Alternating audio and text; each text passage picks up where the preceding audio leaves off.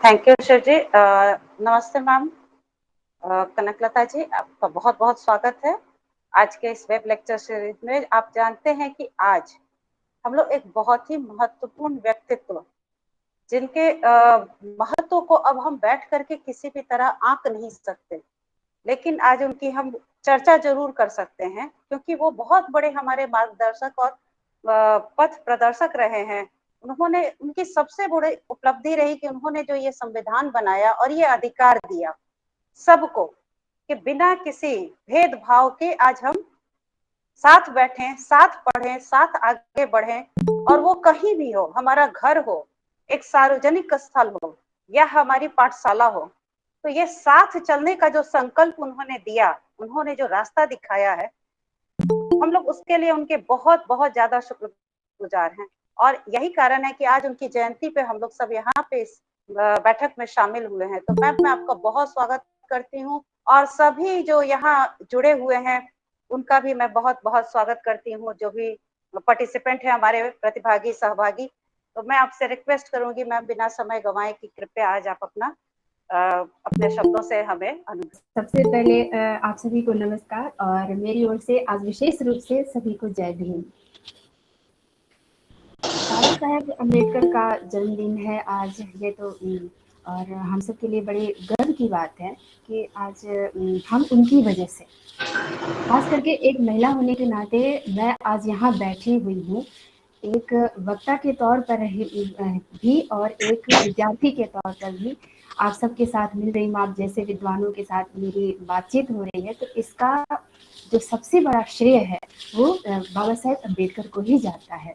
यदि उन्होंने संविधान में बाकायदा ये नियम बना करके हमारी व्यवस्थाओं को मजबूर नहीं किया होता कि बेटियां भी बराबर का हक रखती हैं बेटों के, तो शायद मैं यहाँ नहीं बैठी होती। तो हम सीधे अपनी बात पर आ जाते हैं कि बाबा साहेब के बारे में, कि सबसे पहला हमारा सवाल ये है कि किसी भी समाज को एक रिफॉर्मर की ज़रूरत क्यों पड़ती है, एक रिफॉर्म की ज़रूरत क्यों पड़ती है, किसी समाज को सुधार की ज़रूरत कब और क्यों पड़ती है, ऐसा किसी समाज में क्या होता है कि उसको ज़रूरत पड़ती है। तो इसको यदि हम देखें तो सबसे पहले हमको समझना चाहिए कि किसी समाज की संरचना कैसी है। समाज की संरचना उसमें वर्गों के आधार पर, जातियों के आधार पर, आप नस्ल, लिंग, भाषा, क्षेत्र, इन सब तमाम चीज़ों के आधार पर हम लोग देख सकते हैं कि किसी समाज को रिफॉर्म की, सुधार की ज़रूरत कितनी पड़ती है। दूसरी चीज़ कि उन व्यवस्थाओं के आधार पर जिसमें वर्ग बने हुए हैं, जातियाँ, वर्ग, जाति, लिंग, भाषा जो भी हैं, उनके आधार पर जो उनके आर्थिक आधार, उनके उनके आर्थिक अधिकार कितने हैं, किस वर्ग को कितने आर्थिक अधिकार मिले हुए हैं, राजनीतिक भागीदारी उनकी कैसी है, कितनी मात्रा में है, क्वालिटेटिव और क्वांटिटेटिव दोनों दोनों रूपों में गुणवत्तापूर्ण उनकी भागीदारी है कि नहीं है, तो किस रूप में है, कितनी मात्रा में है। ये तमाम चीज़ें हमको हमको इस चीज़ के लिए तैयार करती हैं कि हमको अपने समाज में सुधार करने की ज़रूरत है या नहीं। इसके अलावा समाज के अलग अलग जो हिस्से हैं, महिलाएं हों या उस समाज के वंचित वर्ग जिनको हम कहते हैं, वंचित वर्ग है कि नहीं, या महिलाओं की कंडीशन जो है उसके आधार पर उनकी अपनी बौद्धिक क्षमता कितनी है, समाज ने उनको कितना विकसित होने का अवसर दिया, उनकी बौद्धिक क्षमता को, उनकी बौद्धिक क्षमता के प्रदर्शन को, उनके एक्सपोजर को कितना कितना स्थान दिया है, कितना महत्व दिया है। इसके आधार पर हम ये निश्चित करते हैं कि हमको रिफॉर्म की, अपने समाज में बदलाव की, सुधार की ज़रूरत है या नहीं। अब जब हम इन बिंदुओं के आधार पर भारत की कंडीशन को देखते हैं, अपने देश की स्थिति को देखते हैं, तो हमारा समाज, ये बताने की आवश्यकता नहीं है कि क्या था, हमको सुधार की ज़रूरत कितनी थी, की ज़रूरत कितनी है। अब जैसे देखें कि समाज में जो विभाजन है वो किस आधार पर है। हमारे यहाँ वर्ग, जाति, नस्ल, भाषा, क्षेत्र, धर्म, इन तमाम आधारों पर वर्गीकरण है। मेरे ख्याल से शायद भारत में जितने लेवल पे वर्गीकरण है, शायद ही दुनिया में किसी देश में, किसी समाज में इतने स्तरों पर वर्गीकरण होगा। किसी, शायद ही दुनिया का कोई ऐसा देश होगा। हम भारत को एक मिनी वर्ल्ड कहते हैं। तो हम अपने सामाजिक विषमताओं के मामले में भी यह एक वर्ल्ड ही है, एक मिनी वर्ल्ड ही है अपने आप में, क्योंकि दुनिया भर में जितने तरह की असमानताएं हम देख सकते हैं, यहाँ तक कि रंग के आधार पर भी हम देख सकते हैं भारत में मौजूद हैं, तमाम तरह के भेदभाव मौजूद हैं। इसलिए हमारे देश को रिफॉर्म की ज़रूरत थी और इसीलिए हमको लगता है कि हमारे देश के भीतर रिफॉर्मर्स की बहुत अधिक आवश्यकता थी और उनमें जो डॉक्टर अंबेडकर का नाम है वो बहुत ही ज़्यादा विशेष रूप से उल्लेखनीय कई कारणों से है। उसका कारण क्या है, तो हम इसको सबसे पहले मैं ये शेयर करना चाहूँगी कि हमारी बातचीत का जो पैटर्न होगा, पहले हिस्से में हम देखेंगे कि डॉक्टर अंबेडकर ने जो काम किए, उनके काम की एक हिस्सा हमने बात कर ली कि ज़रूरत क्यों थी, दूसरा हिस्सा हम बात करेंगे कि जिनको ज़रूरत थी, किन रूपों में ज़रूरत थी, और तीसरा हिस्सा हम ये देखेंगे कि वर्तमान समय में ऐसा क्या हो रहा है और हम उसमें क्या कर सकते हैं। डॉक्टर अम्बेडकर के विचार को लेकर के हम क्या कर सकते हैं ऐसा कि हमको आज के समय में बहुत अधिक वो मदद करे।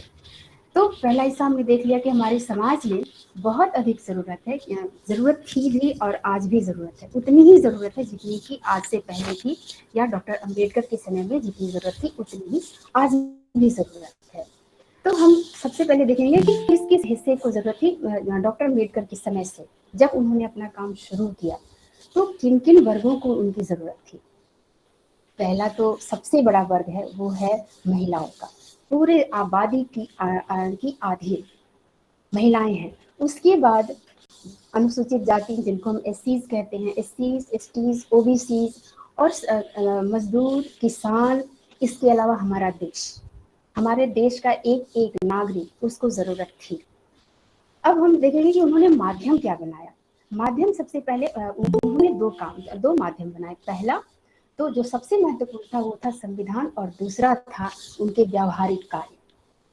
व्यावहारिक कार्य, इन दोनों के आधार पर, इन दोनों की सहायता से उन्होंने क्या क्या काम किए। तो सबसे पहले हम महिलाओं को देखते हैं।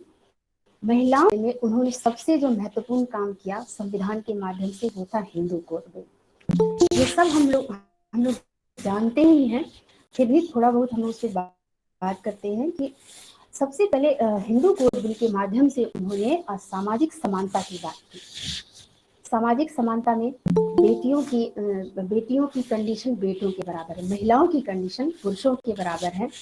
इसको लेकर के जब वो हिंदू कोड बिल पास करने की कोशिश कर रहे थे, उस पर बात चल रही थी संसद भवन में संविधान निर्माण के समय और उसके बाद भी, इसको लेकर के कि हमको हिंदू कोड बिल लेके आना है जिसमें ये प्रावधान है।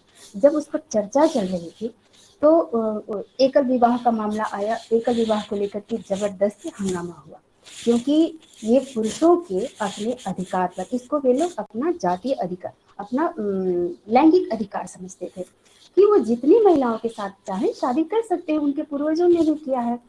डॉक्टर अम्बेडकर ने कहा नहीं, एक ही विवाह, एक पुरुष का एक महिला का एक ही विवाह होगा जब तक कि वो उसका जीवन साथी जीवित है, या कोई ऐसी स्थिति नहीं आ जाती है, आपात स्थिति या ऐसी कोई स्थिति, उसके लिए भी उन्होंने काफी अपने नियम बनाए कि किन कंडीशंस में वो दूसरा विवाह कोई व्यक्ति कर सकता है। लेकिन बहुत ही मजबूती के साथ उन्होंने ये विचार रखा कि जो महिलाएं हैं उन पुरुष जो हैं वो एक ही महिला से विवाह कर सकते हैं, जब तक कि महिला जीवित है वो दूसरा विवाह नहीं कर सकते। यह नियम महिलाओं पर भी लागू है कि पति के जीवित रहते वो एक दूसरे पुरुष से विवाह नहीं कर सकते, बहुत ही रेयर कंडीशन में उनको अनुमति दी गई। दूसरा जो सबसे ज्यादा इससे भी अधिक हंगामा हुआ वो था आर्थिक आजादी। लड़कियों को पिता की संपत्ति में बराबर का अधिकार दिया गया। लिविंग की एक किताब है जो पिछले साल ही आई है, नारीवादी निगाह से, उसमें वो बताती हैं और उसमें वो बहुत ही विस्तार से बता रही है कि जब इस पर चर्चा चल रही थी तो कई लोगों ने, जो कई पुरुष थे, उन्होंने ये कहा कि यदि आप ये नियम लागू करोगे, यदि हमारा देश लागू करता है तो हमारा पूरा देश अविवाहित लड़कियों से भर जाएगा। ऐसा क्यों? ऐसा उन्होंने इसलिए कहा कि यदि बेटों के बराबर बेटियों को संपत्ति का हक दिया गया तो जो परंपरा से चला आ रहा है कि पिता की संपत्ति, अचल संपत्ति खास करके जो घर है, जो जमीनें हैं, ये दोनों मुख्य रूप से। ये पिता की संपत्ति बेटे को ही मिलना चाहिए, इसमें बेटियों को नहीं देने का रिवाज नहीं था, क्योंकि फिर वो घर से बाहर चला जाता है। यदि यदि हमने घर में बंटवारा किया, घर में हिस्सा दिया बेटियों को, तो क्या होगा कि बेटियों वो उतना हिस्सा बेटियों के साथ चला जाएगा और वो शादी कर लेंगे, फिर भी वो यहाँ पे अपना हक जमाएंगे। तो इसलिए लोग अपनी बेटियों की, अपनी बहनों की शादी ही नहीं करेंगे। इसीलिए उन्होंने, कोई आयंगर साहब थे, उन्होंने ये बहुत जोरदार तरीके से उठाया कि ये नियम नहीं लागू किया जा सकता, बेटियों को संपत्ति का हक नहीं दिया जा सकता, अचल संपत्ति में विशेष रूप से उनको हक नहीं दिया जा सकता, क्योंकि इससे अविवाहित बेटियों से पूरा घर भर जाएगा, सबका घर भर जाएगा, लोग शादी नहीं करेंगे बेटियों की। फिर एक अलग तरह की अनैतिक समस्या समाज में खड़ी हो जाएगी, क्योंकि जब शादी नहीं होगी तो पुरुष और महिला दोनों ही अनैतिक जीवन की ओर बढ़ जाएंगे। लेकिन डॉक्टर अंबेडकर ने बहुत ही मजबूती के साथ इस विचार को कहा कि नहीं, नियम बेटियों को भी बिल्कुल बराबर का है, उनको भी बराबर का अधिकार मिलना चाहिए। तो हिंदू कोड बिल के माध्यम से उन्होंने इसकी व्यवस्था अच्छे से की, और इसीलिए उनको रिजाइन भी करना पड़ा, क्योंकि उन्होंने जबरदस्त, उनको एहसास हो गया था कि शायद उनकी जिंदगी अब ज़्यादा लंबी नहीं है, क्योंकि उनकी तबीयत अक्सर खराब रह रही थी, हम सब जानते ही हैं। इसलिए उन्होंने जवाहरलाल नेहरू पे जबरदस्त दबाव बनाया कि इसको पास किया जाए। लेकिन जवाहरलाल नेहरू के ऊपर दबाव था, जो हमारे समाज के सवर्ण हिस्से थे, उनका दबाव था कि इस नियम को नहीं पास किया जा सकता, एकल विवाह वाला भी और बेटियों को बराबर संपत्ति का भी पास नहीं किया जा सकता। तब इसीलिए उन्होंने रिजाइन किया इसके विरोध में। तीसरा जो अधिकार हम देख सकते हैं बहुत अधिक मजबूती के साथ डॉक्टर अम्बेडकर ने दिया, वो था वोट का अधिकार। उनको वोट का अधिकार, और इसका भी जबरदस्त विरोध हुआ था कि महिलाएं जो है पढ़ी लिखी नहीं होती हैं, उनके पास दिमाग नहीं होता, उनके पास समझने की शक्ति नहीं होती है, इसलिए उनको वोट का अधिकार देने हम यदि देते हैं तो जो चुनाव है वो बहुत ज्यादा प्रभावित होगा, और बहुत ही अच्छे कैंडिडेट चुन करके नहीं है, प्रभावित होगा, कई तरह की समस्याएं खड़ी होंगी। लेकिन डॉक्टर अम्बेडकर ने इसकी जबरदस्त वकालत की कि नहीं, अधिकार ये महिलाओं को भी मिलना चाहिए, और जहां तक दिमाग की बात है, सोचने की बात है, तो वो तो अवसर की बात है। आप उनको अवसर दीजिए, पढ़ने लिखने का अवसर दीजिए, उनको बातचीत का अवसर दीजिए, उनको एक्सपोजर दीजिए, क्यों नहीं वो करेंगे। ऐसा तो है नहीं कि यदि भगवान को ही माने या प्रकृति को ही माने कि प्रकृति ने किसी को कम दिमाग दिया, किसी को ज्यादा दिमाग दिया, ऐसा तो बिल्कुल भी नहीं है। किसको कितना पढ़ने का मौका मिलता है उस बात पर निर्भर करता है कि वो कितने अच्छे निर्णय लेगा, कितने क्वालिटेटिव निर्णय लेगा, ये इस बात पर निर्भर करता है।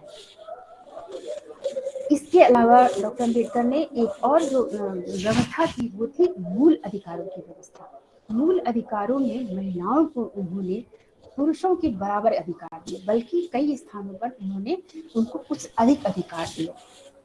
उनको सुरक्षा के साथ, उनके अधिकारों की सुरक्षा के लिए, उनके अपने अस्तित्व की सुरक्षा के लिए भी हम बहुत सारे देख सकते हैं ऐसे मूल अधिकार हैं जिनमें वे महिलाओं को थोड़ा सा उनको बेहतर कंडीशन में रखा गया पुरुषों की तुलना में।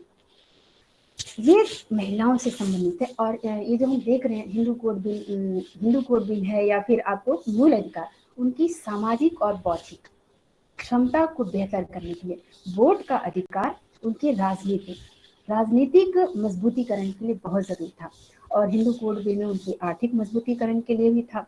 नौकरियों वगैरह में आरक्षण की बात तो बहुत पहले से की जा रही है, और धीरे धीरे इसी को हम देख रहे हैं कि महिलाओं की तरफ, महिलाओं के मामले में आरक्षण की ओर हम लोग बढ़ रहे हैं। तो ये विशेष रूप से जो अधिकार दिए गए हैं, उनकी बात की गई है, उसी का नतीजा है।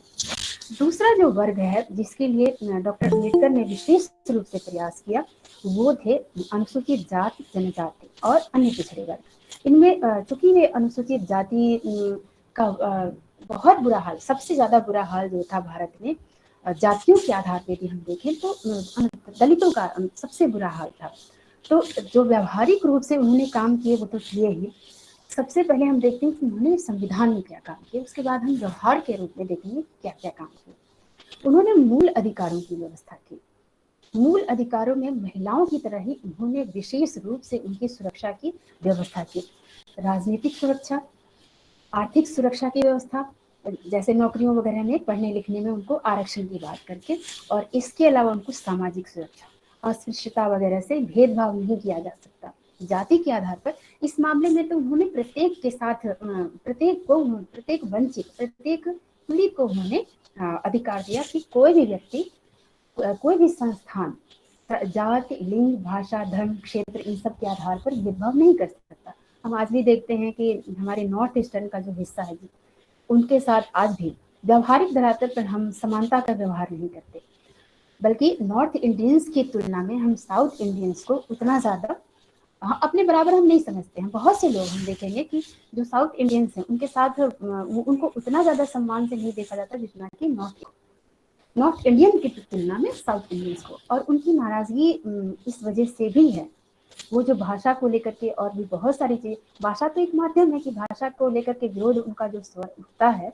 इस वजह से भी उठता है क्योंकि वो महसूस करते हैं कि उनको सामाजिक, राजनीतिक और जो आर्थिक अवसर हैं, इस मामले में उनको थोड़ा सा नहीं मिलता, उनको थोड़ा सा साउथ, दक्षिण, उत्तर भारत की तुलना में थोड़ा सा उनको दबाया जाता है, थोड़ा सा उनके साथ भेदभाव होता है। लेकिन डॉक्टर अम्बेडकर ने इन तमाम आधारों पर खारिज कर दिया, इन तमाम आधारों पर किसी भी भेदभाव को उन्होंने खारिज कर दिया।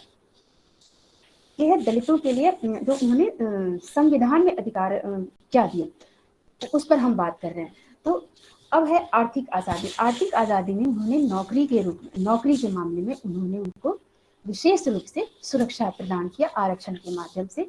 वोट का अधिकार, महिलाओं की तरह जैसे महिलाओं को वोट का अधिकार दे करके उनको विशेष रूप से ताकतवर बनाया गया, उनको एहसास कराया गया धीरे धीरे कि वे भी राजनीति में, देश के निर्माण में, राजनीतिक व्यवस्था के निर्माण में उनका भी उतना ही योगदान जरूरी है जितना कि पुरुषों का। ठीक उसी तरह से दलितों के मामले में भी, कि दलितों की भागीदारी बहुत जरूरी है।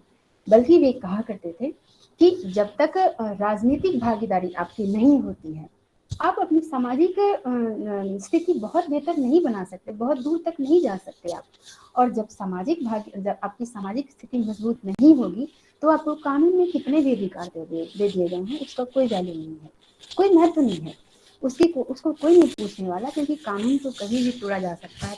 लेकिन यदि हम सामाजिक रूप से मजबूत हैं, यदि हम राजनीतिक रूप से मजबूत हैं, कोई भी वर्ग, तो उसको थोड़ा सा सप्रेस करना, उसको दबाना, उसके अधिकारों को छीनना थोड़ा मुश्किल होता है। इसलिए उन्होंने वोट का अधिकार दिया, जैसे महिलाओं को दिया वैसे ही उन्होंने दलितों को दिया। अब यदि हम देखें कि इनको सामाजिक अधिकार व्यावहारिक धरातल पर इन्होंने क्या कोशिश की, तो हम देख सकते हैं कि आज़ादी के बहुत पहले से जब उन्होंने अपना आंदोलन शुरू किया सक्रिय रूप से, उस समय से उन्होंने जो काम किया हर एक लेवल, जैसे शिक्षा को लेकर के उन्होंने उनका सीधे सीधे कहना था, शिक्षा शेरनी का दूध है, जो जितना पिएगा वो उतना दहाड़ेगा। और उनका तो मूल मंत्र था, शिक्षित बनो, संगठित रहो, संघर्ष करो। इसको हम लोग आगे भी देखेंगे कि आज ये तीनों मंत्र आज समाज के प्रत्येक वर्ग के लिए कितने जरूरी हैं, इसको हम लोग देखेंगे। और इसको हम नए तरीके से कैसे समझ सकते हैं, कैसे प्रयोग कर सकते हैं, इसको भी हम देखेंगे। दूसरा उन्होंने काम किया कि ये कहा कि जो आपकी कंडीशन है, जो आपकी दयनीय कंडीशन है, उससे बाहर निकलिए। उन्होंने कहा कि आपके पूर्वज जो हैं, आपके पुरख हैं, वो चिथड़े पहनते थे, उनको मत पहनिए, छोड़िए, अच्छे कपड़े पहनिए। वो इसीलिए उन पर ब्लेम किया जाता है, उन पर आरोप लगाया जाता है कि वे तो 3 पीस सूट पहनते हैं, वो गरीबों के प्रतीक क्या हो सकते हैं। लेकिन सोचने वाली बात तो यही है कि यदि हमको किसी को सपना दिखाना हो, तो हम यदि मैले कुचैले कपड़े पहनेंगे, फटे पुराने कपड़े पहनेंगे, तो हम सामने वाले को सपना कैसे दिखा सकते हैं। लेकिन यदि हमने अच्छा कपड़ा पहना, हम बहुत ही ज़्यादा निम्न धरातल से आए हैं, बहुत ज़्यादा गरीबी, बहुत ज़्यादा लाचारी की हालत से आए हैं, और हमने अच्छे कपड़े पहने हैं, तो सामने वाले को हम अपने आप बता रहे हैं कि तुम भी पहन सकते हो, वो सीखो। दूसरा, खाना, भोजन के मामले में उन्होंने आज़ादी के बाद जो संविधान बना, उन्होंने भोजन की सुरक्षा की व्यवस्था की थी। तो उन्होंने पहले भी कहा, जब वो संघर्ष कर रहे थे आज़ादी से पहले, तब भी वो बार बार कहते थे बेहतर खाना खाओ, बेहतर जीवन जियो, दड़बों में मत रहो, मतलब छोटे छोटे जो झोपड़ियां हैं उसमें आप रहते हो उसमें मत रहो, आप अपने लिए व्यवस्था करो, कोशिश करो उसके लिए, तब जाकर के आपकी जीवन की जो गुणवत्ता है वो बेहतर हो पाएगी। अब उन्होंने एक और बात कही शहर की ओर आने की। हम देख सकते हैं कि हमको याद होगा कि अटल बिहारी वाजपेयी अक्सर कहा करते थे चलो गांव की ओर। जब ये सत्ता में आए थे तो उन्होंने जब कारखाने बंद करने शुरू किए या प्राइवेटाइज करने शुरू किए तो उन्होंने एक नारा दिया चलो गांव की ओर। लेकिन डॉक्टर अंबेडकर कहते थे शहर की ओर आने के लिए। ऐसा क्यों? सोचने की बात है। शहर जो है वो हमको सोचने के लिए बहुत सारी चीजें उपलब्ध कराता है। सबसे पहले वो गुणवत्तापूर्ण शिक्षा उपलब्ध कराता है, क्योंकि हम देख सकते हैं कोई भी एक अच्छी यूनिवर्सिटी, एक अच्छा कॉलेज हमने आज तक मेरी जानकारी में तो नहीं है कि किसी गांव में खुला हो, ठेठ गांव में। कस्बे में खुलता है थोड़ा बहुत ठीक, लेकिन जितने भी अच्छी यूनिवर्सिटी, मैं खुद बोकारो से यहाँ आई, बोकारो बहुत बढ़िया शहर है, बहुत ही सुंदर शहर है। जब तक मैं थी वहां पर तब ऐसा ही था, बहुत ही बेहतरीन। लेकिन 12वीं के बाद वहां पर अच्छी व्यवस्था नहीं है पढ़ने के लिए, इसलिए मुझे दिल्ली आना पड़ा। यदि मेरे माता पिता ने संघर्ष नहीं किया होता तो मैं दिल्ली नहीं आ पाती। लेकिन यदि यूनिवर्सिटी, दिल्ली विश्वविद्यालय जैसी यूनिवर्सिटी, जवाहरलाल नेहरू, काशी विश्वविद्यालय, जितनी भी अच्छी यूनिवर्सिटीज हैं, वैसी यूनिवर्सिटीज यदि पूरे भारत में गांव के इलाकों में खुल जाए तो फिर किसी को शहर आने की जरूरत ही नहीं है। डॉक्टर अंबेडकर के समय में जितने भी अच्छे शिक्षा के अवसर जो थे वो गांव में नहीं बल्कि शहरों में थे। गांव में तो स्कूल बहुत ही मामूली थे और सबको पढ़ने का मौका भी नहीं मिलता था, इसलिए उन्होंने कहा शहर की ओर आओ। दूसरी चीज, शहर की ओर आने का क्या लाभ है? शहर में हम कई तरह के लोगों से मिलते हैं, कई तरह की चीजें, शैक्षणिक गतिविधियों में भाग लेते हैं, दुनिया देखते हैं। कुछ नहीं तो कम से कम अपने आसपास के माहौल को देख करके हम बहुत कुछ सीखते हैं। इसलिए और इस क्रम में क्या होता है, हमारे विचार खुलते हैं, हम सोचते हैं, हम बैठ करके कई बात सोचते हैं। अब जैसे मेरे संपर्क में यहाँ देहरादून में मेरे पिता के संपर्क में एक व्यक्ति हैं, वो मुस्लिम हैं और वो ठेठ अनपढ़ हैं, लेकिन वो मजदूरी के लिए मुंबई गए। मुंबई में उन्होंने वो जिन लोगों के पास रहते थे, वो खाना पकाने का काम करते थे कुछ लोगों के साथ, कुछ लोगों के लिए। वो लोग मार्क्सवादी विचारधारा से प्रभावित थे और इधर ये बिल्कुल एक अक्षर नहीं जानते थे पढ़ना, लेकिन उन लोगों की बातें केवल सुनते सुनते, वो उनके यहाँ कुक का काम करते थे, सुनते सुनते सुनते सुनते उन्होंने बहुत सारी चीजें सीखी। और जब यहाँ पे वो आए तो मेरे पिता के संपर्क में आए, उनको बहुत हैरानी हुई और फिर उन्होंने अपनी बातें बतानी जब शुरू की तब हम लोगों को बड़ी खुशी हुई कि चलो अब हम, और मुझे जो है वो प्रूफ मिला, बिल्कुल जिसको कहते हैं कि प्रामाणिक प्रूफ मिला कि हाँ, व्यक्ति जब शहर में जाता है तो उसके विचार कैसे खुलते हैं। व्यक्ति जब गांव में रहता है तो पूरे उसका 18 घंटे रोजी रोटी में बीतते हैं। एक व्यक्ति खेत में यहाँ बैठा हुआ है, दूसरा उधर यहाँ से 10 मीटर दूर, उन दोनों में बात ही नहीं है। बात होती है तो बीच में थोड़ी देर के लिए बात होती है। लेकिन गांव में यदि शहर में यदि व्यक्ति एक फैक्ट्री में भी काम कर रहा है तो बगल में ही खड़ा है, मुश्किल से आधे मीटर की दूरी पर, 1 मीटर की दूरी पर खड़ा है, वो काम करते करते भी बात कर रहा है। इसलिए जो क्रांतियां हुई वो फैक्ट्री मतलब मजदूरों से स्टार्ट हुई, किसानों से नहीं। किसान बहुत बाद में जुड़े नहीं, वो जोड़े गए। मजदूर अपने आप जुड़े, एक दूसरे का उन्होंने जो एक दूसरे का संघर्ष समझा, उन्होंने उनको समझाना बहुत आसान था। किसानों को तो धीरे धीरे धीरे धीरे बात करते करते उनको समझाते समझाते फिर लाया गया। लेकिन यही है शहर का जो, जिसे कहते हैं शहर का जादू। इसलिए डॉक्टर अंबेडकर ने कहा, हालांकि वो बाद में अपने गांव के उन्होंने ध्यान दिया, उन्होंने कोशिश की कि गांव की ओर ध्यान दें, लेकिन उनको बहुत दुख हुआ कि जब उनके हेल्प से कुछ लोग पढ़े लिखे और उन्होंने अपने पढ़ने लिखने के बाद केवल अपने बारे में सोचा तो उनको बहुत दुख हुआ। फिर उन्होंने अपना रुख गांव की ओर किया और उन्होंने कहा कि मेरे पढ़े लिखे समाज ने मुझे धोखा दिया और सॉरी और इसलिए अब उन्होंने अपना इसलिए गाँव उपयोग किया कि गाँव के लोगों को समझाया जाए, गाँव के लोगों के बीच जाकर के काम किया जाए।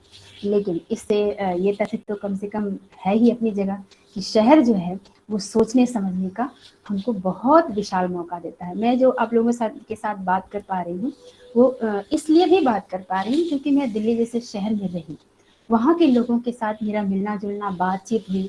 दिल्ली यूनिवर्सिटी जैसी जगह मुझे मिली जहाँ मैं बात कर सकती थी, लोगों से लोगों की बातें सुन सकती थी, समझ सकती थी। तो इसलिए उन्होंने शहर की बात की। इसके अलावा हम देखते हैं कि बाकी उनकी जितनी गतिविधियां पानी को लेकर के, मंदिर को लेकर के, मंदिर में प्रवेश को, इसके बावजूद कि वो धर्म के बिल्कुल भी उस तरीके से पक्षधर नहीं थे। भगवान के प्रति भक्ति भाव रखते हुए अपने आप को डुबा देने के पक्षधर बिल्कुल भी नहीं थे। उन्होंने जो बाद में नवयान चलाया, उस पर यदि किसी का सवाल आएगा तो हम जरूर बात करेंगे। तो इसके बावजूद उन्होंने मंदिर में प्रवेश का उन्होंने आंदोलन चलाया, पानी के लिए उन्होंने आंदोलन चलाया जिसको हम महार आंदोलन कहते हैं। पानी पीने के लिए जो तालाब का आंदोलन था उसको चलाया उन्होंने। तो ये तो है ही। अब जो हम देखते हैं कि इसके अलावा महिलाओं और दलितों के अलावा उन्होंने और किसके लिए क्या किया। हम देखते हैं कि सबसे पहले जो कर्मचारी हैं, जिसमें सरकारी और निजी क्षेत्र दोनों ही इलाकों के जो कर्मचारी हैं, उनके लिए उन्होंने क्या क्या व्यवस्था ऐसी की कि आज जितने भी कर्मचारी हैं वो इतने आराम से थोड़ी अपनी आर्थिक और सामाजिक जिंदगी जी पाते हैं। वो उनकी वैचारिक स्थिति थोड़ी सी बेहतर हो पाई है, अपने परिवार को थोड़ा सा बेहतर कंडीशन में ला पाए हैं। तो सबसे पहले हम देखेंगे कि रोजगार कार्यालय और रोजगार कार्यालय के साथ साथ एम्प्लॉयमेंट एक्सचेंज भी उन्होंने स्थापित किया। उन्होंने उसकी बात की और स्थापित किया। उसमें क्या था कि यदि किसी की नौकरी चली जाती है, कोई कारखाना बंद होता है और नौकरी चली जाती है कोई जगह, कोई भी, तो उस कर्मचारी को, उन कर्मचारियों को नौकरी से हटाया नहीं जाएगा, उनको वहां दूसरी जगह पर रिप्लेस कर दिया जाएगा, उनकी नौकरी नहीं जाएगी। दूसरा जो था संस्था के भीतर कर्मचारियों का बीमा था, बीमा किया जाए।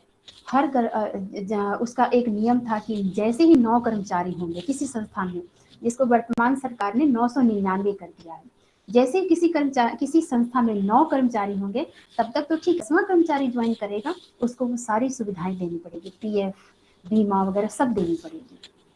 लेकिन वर्तमान समय में इसको 999 कर दिया गया है। उसके बाद 8 घंटे काम, पहले जो 12 घंटे था अब वो 8 घंटे कर दिया गया। सप्ताह में 1 दिन की छुट्टी की व्यवस्था की गई। ट्रेड यूनियन की व्यवस्था की गई कि ट्रेड यूनियन बनाया जाए ताकि कर्मचारी को यदि अपनी कोई मांग रखनी हो तो उसके माध्यम से अपनी मांग रख सके, ट्रेड यूनियन उनकी स्थिति को देख सके, निगरानी कर सके। और इसके अलावा महंगाई भत्ता हर एक कर्मचारी को देना है। 6 महीने में आपको उसको देखना भी, उसको रिवाइज भी करना है। उसके बाद पेड हॉलीडे है और लेबर वेलफेयर फंड है, पीएफ है और मिनिमम जो वेतन होता है उसकी भी उन्होंने व्यवस्था की।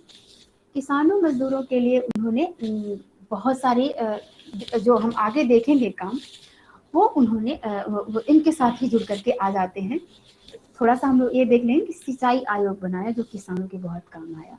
दूसरा उन्होंने क्या, ट्रेड यूनियन तो हमने बात करी थी, वो मजदूरों के लिए बहुत काम आया। और अब हम देखते हैं ये तो वर्ग थे, कुछ वर्ग थे, मतलब महिलाएं, वंचित वर्ग और सरकारी या निजी क्षेत्रों के कर्मचारी। अब इतना ही तक उनका काम सीमित नहीं, संपूर्ण देश में जिसमें भारत का एक एक नागरिक है, चाहे वो सबसे धनी व्यक्ति हो, चाहे सबसे गरीब, चाहे वो सबसे उच्च श्रेणी का, जाति के आधार पर, जैसे हर एक जाति में भी कई उपजातियां हैं, तो उनमें भी सबसे उच्च से लेकर के सबसे निम्न तक के बीच में जितने भी लोग हैं उन सब के लिए उन्होंने क्या क्या काम किया पूरे देश के विकास के लिए। तो हम इसको 3 स्तरों पर देख सकते हैं। पहला, सबके जीवन की गुणवत्ता के लिए, गुणवत्ता बेहतर हो इसके लिए, जीवन की गुणवत्ता मतलब उसके शारीरिक गुणवत्ता मतलब स्वास्थ्य वगैरह के मामले में, और दूसरा उसकी बौद्धिक गुणवत्ता। इसमें भोजन, शिक्षा और स्वास्थ्य। हम लोग परंपरा से सुनते आए हैं कि रोटी, कपड़ा और मकान, लेकिन उन्होंने रोटी, कपड़ा और मकान को भोजन, शिक्षा और स्वास्थ्य में हम यदि इसको थोड़ा सा और मॉडिफाई करके देखें तो रोजगार, अध्ययन और अस्पताल। रोजगार, स्कूल और अस्पताल। रोजगार में रोटी, कपड़ा और मकान तीनों की व्यवस्था हो गई। इसके अलावा स्कूल, उसमें शिक्षा हो गई, और स्वास्थ्य, उसमें अस्पताल। अस्पताल में स्वास्थ्य। एक व्यक्ति जिसको अच्छा भोजन नहीं मिलेगा वो तो बीमार पड़ेगा ही। बीमार होने के बाद और इसलिए अच्छे भोजन की व्यवस्था, उन्होंने कहा कि ये सबका मौलिक अधिकार है, सबको भोजन मिलना मौलिक अधिकार है, और इसके लिए सरकारों को कर्तव्यों में उन्होंने व्यवस्था दी। इसके अलावा उन्होंने स्वास्थ्य के लिए भी सरकार को मौलिक सरकार के कर्तव्यों में उन्होंने उसकी व्यवस्था की। और शिक्षा के मामले में उन्होंने महिलाओं, वंचितों के लिए विशेष रूप से व्यवस्था की। तो और ये हो गया आपको व्यक्ति के शारीरिक और मानसिक विकास, उसके जीवन की गुणवत्ता। किसी देश का यदि हमको देखना हो कि उस देश की कैसी है, उस देश का जो जीवन है, उसके जो कोई देश विकास की कंडीशन में कहाँ खड़ा है, विकसित है या विकासशील है या फिर वो अविकसित है, इसको यदि हमको देखना हो तो वहाँ के नागरिकों के जीवन की गुणवत्ता के रूप में हम लोग देख सकते हैं।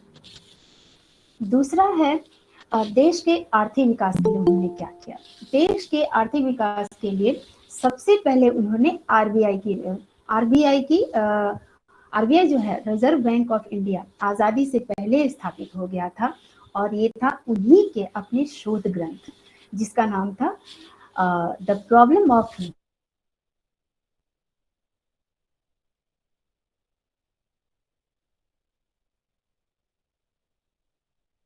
उसके सदस्यों ने हिल्टन, सॉरी कोई कुछ कहना चाह रहे हैं?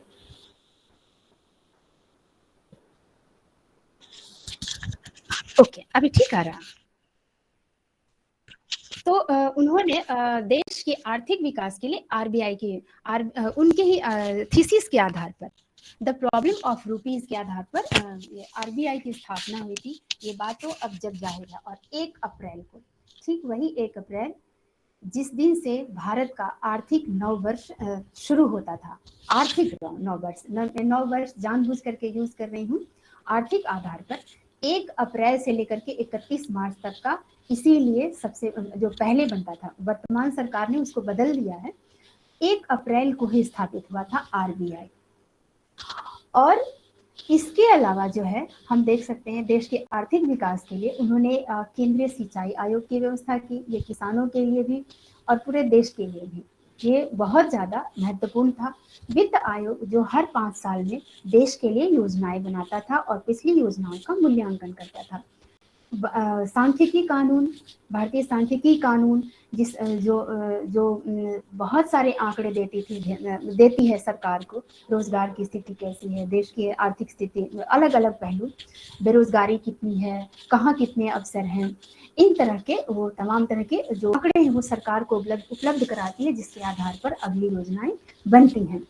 इसके अलावा उन्होंने सेंट्रल टेक्निकल पावर बोर्ड की स्थापना की, जो कि पूरे देश में बिजली के लिए और खास करके किसान खेती और जो औद्योगिक घराने हैं उनके लिए बिजली उपलब्ध कराने के लिए इन्होंने इस बोर्ड की स्थापना की, ताकि देश का आर्थिक विकास हो और हर एक व्यक्ति के लिए अधिक से अधिक चीजें, संसाधन वो सृजित कर पाए। इसके अलावा उन्होंने खेती के फील्ड में उन्होंने बांध और बहुत सारी परियोजनाएं लॉन्च की, करवाई, और उसमें उन्होंने बहुत सारे अपने ओर से योगदान दिए कि हम लोग जानते हैं उन सब के नाम। हीराकुंड डैम है, दामोदर वैली प्रोजेक्ट है, उड़ीसा रिवर प्रोजेक्ट है, या फिर भाखड़ा नांगल डैम है, या फिर सोन रिवर वैली प्रोजेक्ट है। ये बहुत सारे इस तरह के जो डैम हैं, उनके प्रोजेक्ट वगैरह हैं, उनसे उनका बहुत गहरा जुड़ाव था। उन्हीं के सजेशंस पे ये चीजें बन रही हैं। अब हम देखते हैं राजनीतिक रूप से कि देश को राजनीतिक रूप से हम लोग पहले भी देख चुके हैं कि महिलाओं को भी और वंचितों को भी, तमाम वंचितों को वोट का अधिकार दिया था। तो ये जो वोट का अधिकार है ये वोट का अधिकार देश को एक एक नागरिक की भागीदारी देश के विकास में सुनिश्चित करता है। दूसरा जो काम उन्होंने किया वो तीन स्तंभ बनाए, और ये तीनों स्तंभ विधायिका, कार्यपालिका और न्यायपालिका, ये तीनों के तीनों, इनमें से कोई भी पूरी तरह से स्वतंत्र नहीं है। तीनों की तीनों एक दूसरे को नियंत्रित करते हैं और एक दूसरे से नियंत्रित होते हैं। इनमें से कोई भी, जैसे प्रकृति, हम देखते हैं प्रकृति किसी भी एक तत्व को, चाहे आग हो, पानी हो, हवा हो, पूरी तरह से आज़ाद नहीं छोड़ती, पूरी तरह से केवल तमाम ताकतें उसी को नहीं देती। उसी तरीके से डॉक्टर अंबेडकर ने संविधान में ये इन तीनों को, विधायिका, कार्यपालिका और न्यायपालिका को बहुत तरह की शक्तियां दी, लेकिन संतुलन भी बनाया। इन तीनों को इस तरह के काम का इनका बंटवारा किया, इस तरह की ताकतें दी कि ये तीनों एक दूसरे से नियंत्रित होते हैं और एक दूसरे को नियंत्रित भी करते हैं ये लोग। यहाँ तक हमने देखा कि किसके लिए इन्होंने क्या किया। ठीक है, अब हम देखते हैं कि वर्तमान समय में ऐसी क्या कंडीशन है कि इनकी ज़रूरत आज हमको है। इनके काम पर हमको बात करने की ज़रूरत है, इनके ऊपर सोचने की ज़रूरत है। इन्होंने जो काम किया उनके तरीकों पर सोचने की वो क्यों है। तो इसके लिए हम लोग सबसे पहले देखेंगे कि आज की जो हमारी कंडीशन है वो कंडीशन क्या है। तो ये तो अब किसी से भी छुपा हुआ नहीं है कि हमारे देश की वर्तमान कंडीशन क्या है, लेकिन फिर भी हम लोग संक्षेप में इस पर बात कर लेते हैं। पहला काम कि पहला जो हमारे देश में सिचुएशन बन रही है जो कि नकारात्मक है, वो है संविधान पर प्रहार। ये दुर्भाग्य की बात है कि थोड़ा सा ये सांस्थानिक रूप से भी हो रहा है और हमारे देश की जनता के माध्यम से भी हम चूंकि तेजी से शिक्षा से दूर हुए हैं, गुणवत्तापूर्ण शिक्षा से, तो इसलिए उसका भुगतान जो है हमारे देश का संविधान उसका नतीजा भुगत रहा है। हमारे मूल अधिकारों पर हमला हो रहा है, सीधे सीधे भी और परोक्ष रूप से भी। अब जैसे हम इसको देख सकते हैं कि अभिव्यक्ति के अधिकार पर भी संविधान ने अभिव्यक्ति का अधिकार सबको दिया है, हर एक वर्ग को, हर एक व्यक्ति को, और बिना सामने वाले को हर्ट किए हम उस सीमा तक ही अभिव्यक्ति कर सकते हैं जिस सीमा तक सामने वाला न तो अपमानित होता हो और ना ही उसको जायज नुकसान पहुंचता हो। नाजायज नुकसान की बात नहीं, जायज नुकसान न पहुंचता हो। जायज नुकसान यदि उसको हो रहा है तो उसके बाद उसका सामने वाले व्यक्ति का अधिकार रुक जाता है, मौलिक अधिकार अभिव्यक्ति का रुक जाता है। आरक्षण भी हम लोग देख सकते हैं कि संस्थाओं में बहुत सारे ये थोड़ा सा जटिल मुद्दा है, थोड़ा सा विवादास्पद मुद्दा है, लेकिन थोड़ा बहुत इस पर हम लोग बात कर सकते हैं कि संस्थाओं में बहुत सारी संस्थाएं इसको लेकर के विवादों के घेरे में आ गई हैं। कई जगह जैसे जेएनयू में ही जो ओबीसी कैटेगरी के कैंडिडेट्स हैं, पीएचडी में एनरोलमेंट के लिए उनको 0 मार्क्स दिए गए हैं, वो भी उन अध्यापकों के द्वारा, उन प्रोफेसर्स के द्वारा जो बाकायदा अपने ऐसे काम के लिए, वंचित समाज के पक्ष में काम करने के लिए जाने जाते हैं, उनके द्वारा ये सब डिस्क्रिमिनेट किया जा रहा है, उनको 0 अंक दिए जा रहे हैं और इस वजह से उनका पूरी तरह से एडमिशन ही, एक भी विद्यार्थी का एडमिशन ओबीसी कैटेगरी में नहीं हुआ है पीएचडी में अभी पिछले सेशन में। अब हम देखें लोगों के जीवन की गुणवत्ता भी प्रभावित हो रही है आज के समय में। कैसे? सबसे जरूरी चीज शिक्षा जो कि हमारे जीवन को प्रभावित करती है, हमारे जीवन को संचालित करती है, हमारे जीवन की दिशा और दशा दोनों को निर्धारित करती है। पहला कि यह भी एक विवादास्पद मुद्दा है कि कई राज्यों में सरकारी विद्यालयों का बहुत तेजी से निजीकरण हो रहा है, बहुत तेजी से, और उसके साथ साथ कुछ अलग व्यवस्थाएं हो रही हैं जिस पर मेरा व्यक्तिगत रूप से ये विचार है कि वो व्यवस्थाएं नहीं होनी चाहिए। जैसे शुरू से ही आ रहा केंद्रीय विद्यालय, उसके बाद नवोदय विद्यालय आए। मैं व्यक्तिगत रूप से मैं ये सोचती हूँ कि इसकी जरूरत क्यों है? क्या कुछ विद्यार्थियों को विशेष रूप से मौके देने के लिए? यदि यही सच है तो क्यों नहीं वही मौके हर एक स्कूल में दिए जाने चाहिए। अब एक नया विद्यालय आ रहा है, नए तरह का अटल उत्कृष्ट विद्यालय। इसमें जो विद्यार्थी हैं उनमें से छांट करके जो मलाई, जिसको हम क्रीम कहते हैं, उनको हम वहां ले जा रहे हैं, विशेष सुविधाएं दे रहे हैं। लेकिन दुख की बात यह है कि ये सुविधाएं हमको प्रत्येक स्कूल में देनी चाहिए, इसकी कोशिश ज़रूर होनी चाहिए। तो मुझे ये लगता है कि शिक्षा के मामले में थोड़ा-सा हम लोग नेगेटिव की तरफ जा रहे हैं, नेगेटिव स्थिति की ओर जा रहे हैं। हमारे स्कूल की किताबें वगैरह सब महँगी हो रही हैं। आप देख ही रहे हैं 25% तक महँगी हो गई हैं, जिन पर थोड़ा-सा सोचने की ज़रूरत है। और कोरोना के समय में 2 साल तक बच्चों की जो पढ़ाई रुकी है, उसकी वजह से जो स्थिति हुई है एजुकेशन की क्वालिटी, उसको लेकर के तो अब शायद ही किसी को संदेह हो। दूसरी चीज़ चिकित्सा की बात कर लेते हैं कि चिकित्सा के मामले में एक तो हमारे जो मेडिकल कॉलेजेस हैं उनका प्राइवेटाइजेशन बहुत तेज़ी से हो रहा है, बढ़ रहा है, तो और वो महंगी हो रही है। 1.5 से 2 करोड़ रुपए खर्च हो रहे हैं एक विद्यार्थी के। इसको भी लेकर थोड़ा-सा ये भी लेकर एक बहुत बड़ी समस्या के रूप में खड़ी हो रही है। अस्पताल जो है, सरकारी अस्पताल में काफ़ी खस्ता हाल है। अभी मेरी जानकारी में एक टीचर, वो भी उत्तराखंड के टीचर हैं एक, उनके परिवार में किसी को थोड़ा-सा कैंसर शायद उसकी संभावना थी, तो उसके लिए चेकअप की बात आई, तो सरकारी अस्पताल में उनको 2.5 महीने बाद का डेट मिला कि चेकअप होगा। आनन-फानन में उनको प्राइवेट हॉस्पिटल में लेके जाना पड़ा, जिसमें उनके चेकअप में बहुत सारे पैसे खर्च हुए। तो सरकारी अस्पताल जो है बहुत तेज़ी से अपनी गुणवत्ता खो रहे हैं, जिसको ये भी एक बहुत बड़ी चुनौती हमारे सामने खड़ी हो रही है। और एक नई चुनौती जो पिछले 2 सालों में खड़ी हुई है, वो है भोजन की। हमारी जो वर्तमान सरकार है, वर्तमान सिचुएशन जो है, इसमें हम सरकारों को अक्सर देख रहे हैं कि वो अनाउंस कर रही हैं कि 80 करोड़ जनता को उन्होंने वो मुफ्त भोजन उपलब्ध करा रहे हैं, और ये दिक्कत की बात है।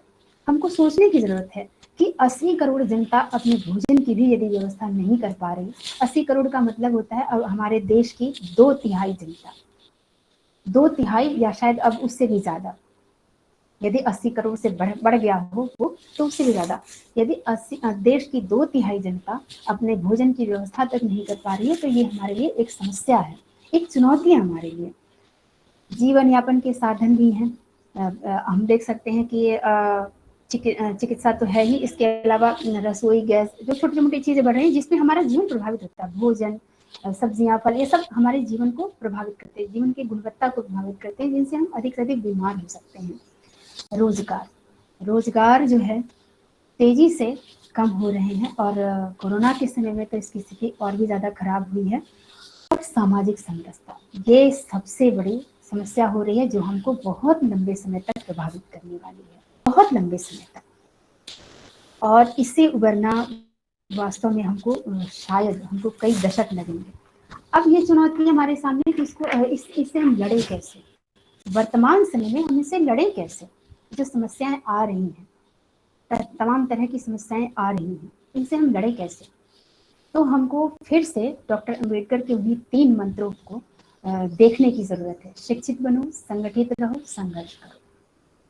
सवाल ये है कि शिक्षित होकर के हम क्या करेंगे यदि हमारे पास भोजन नहीं है।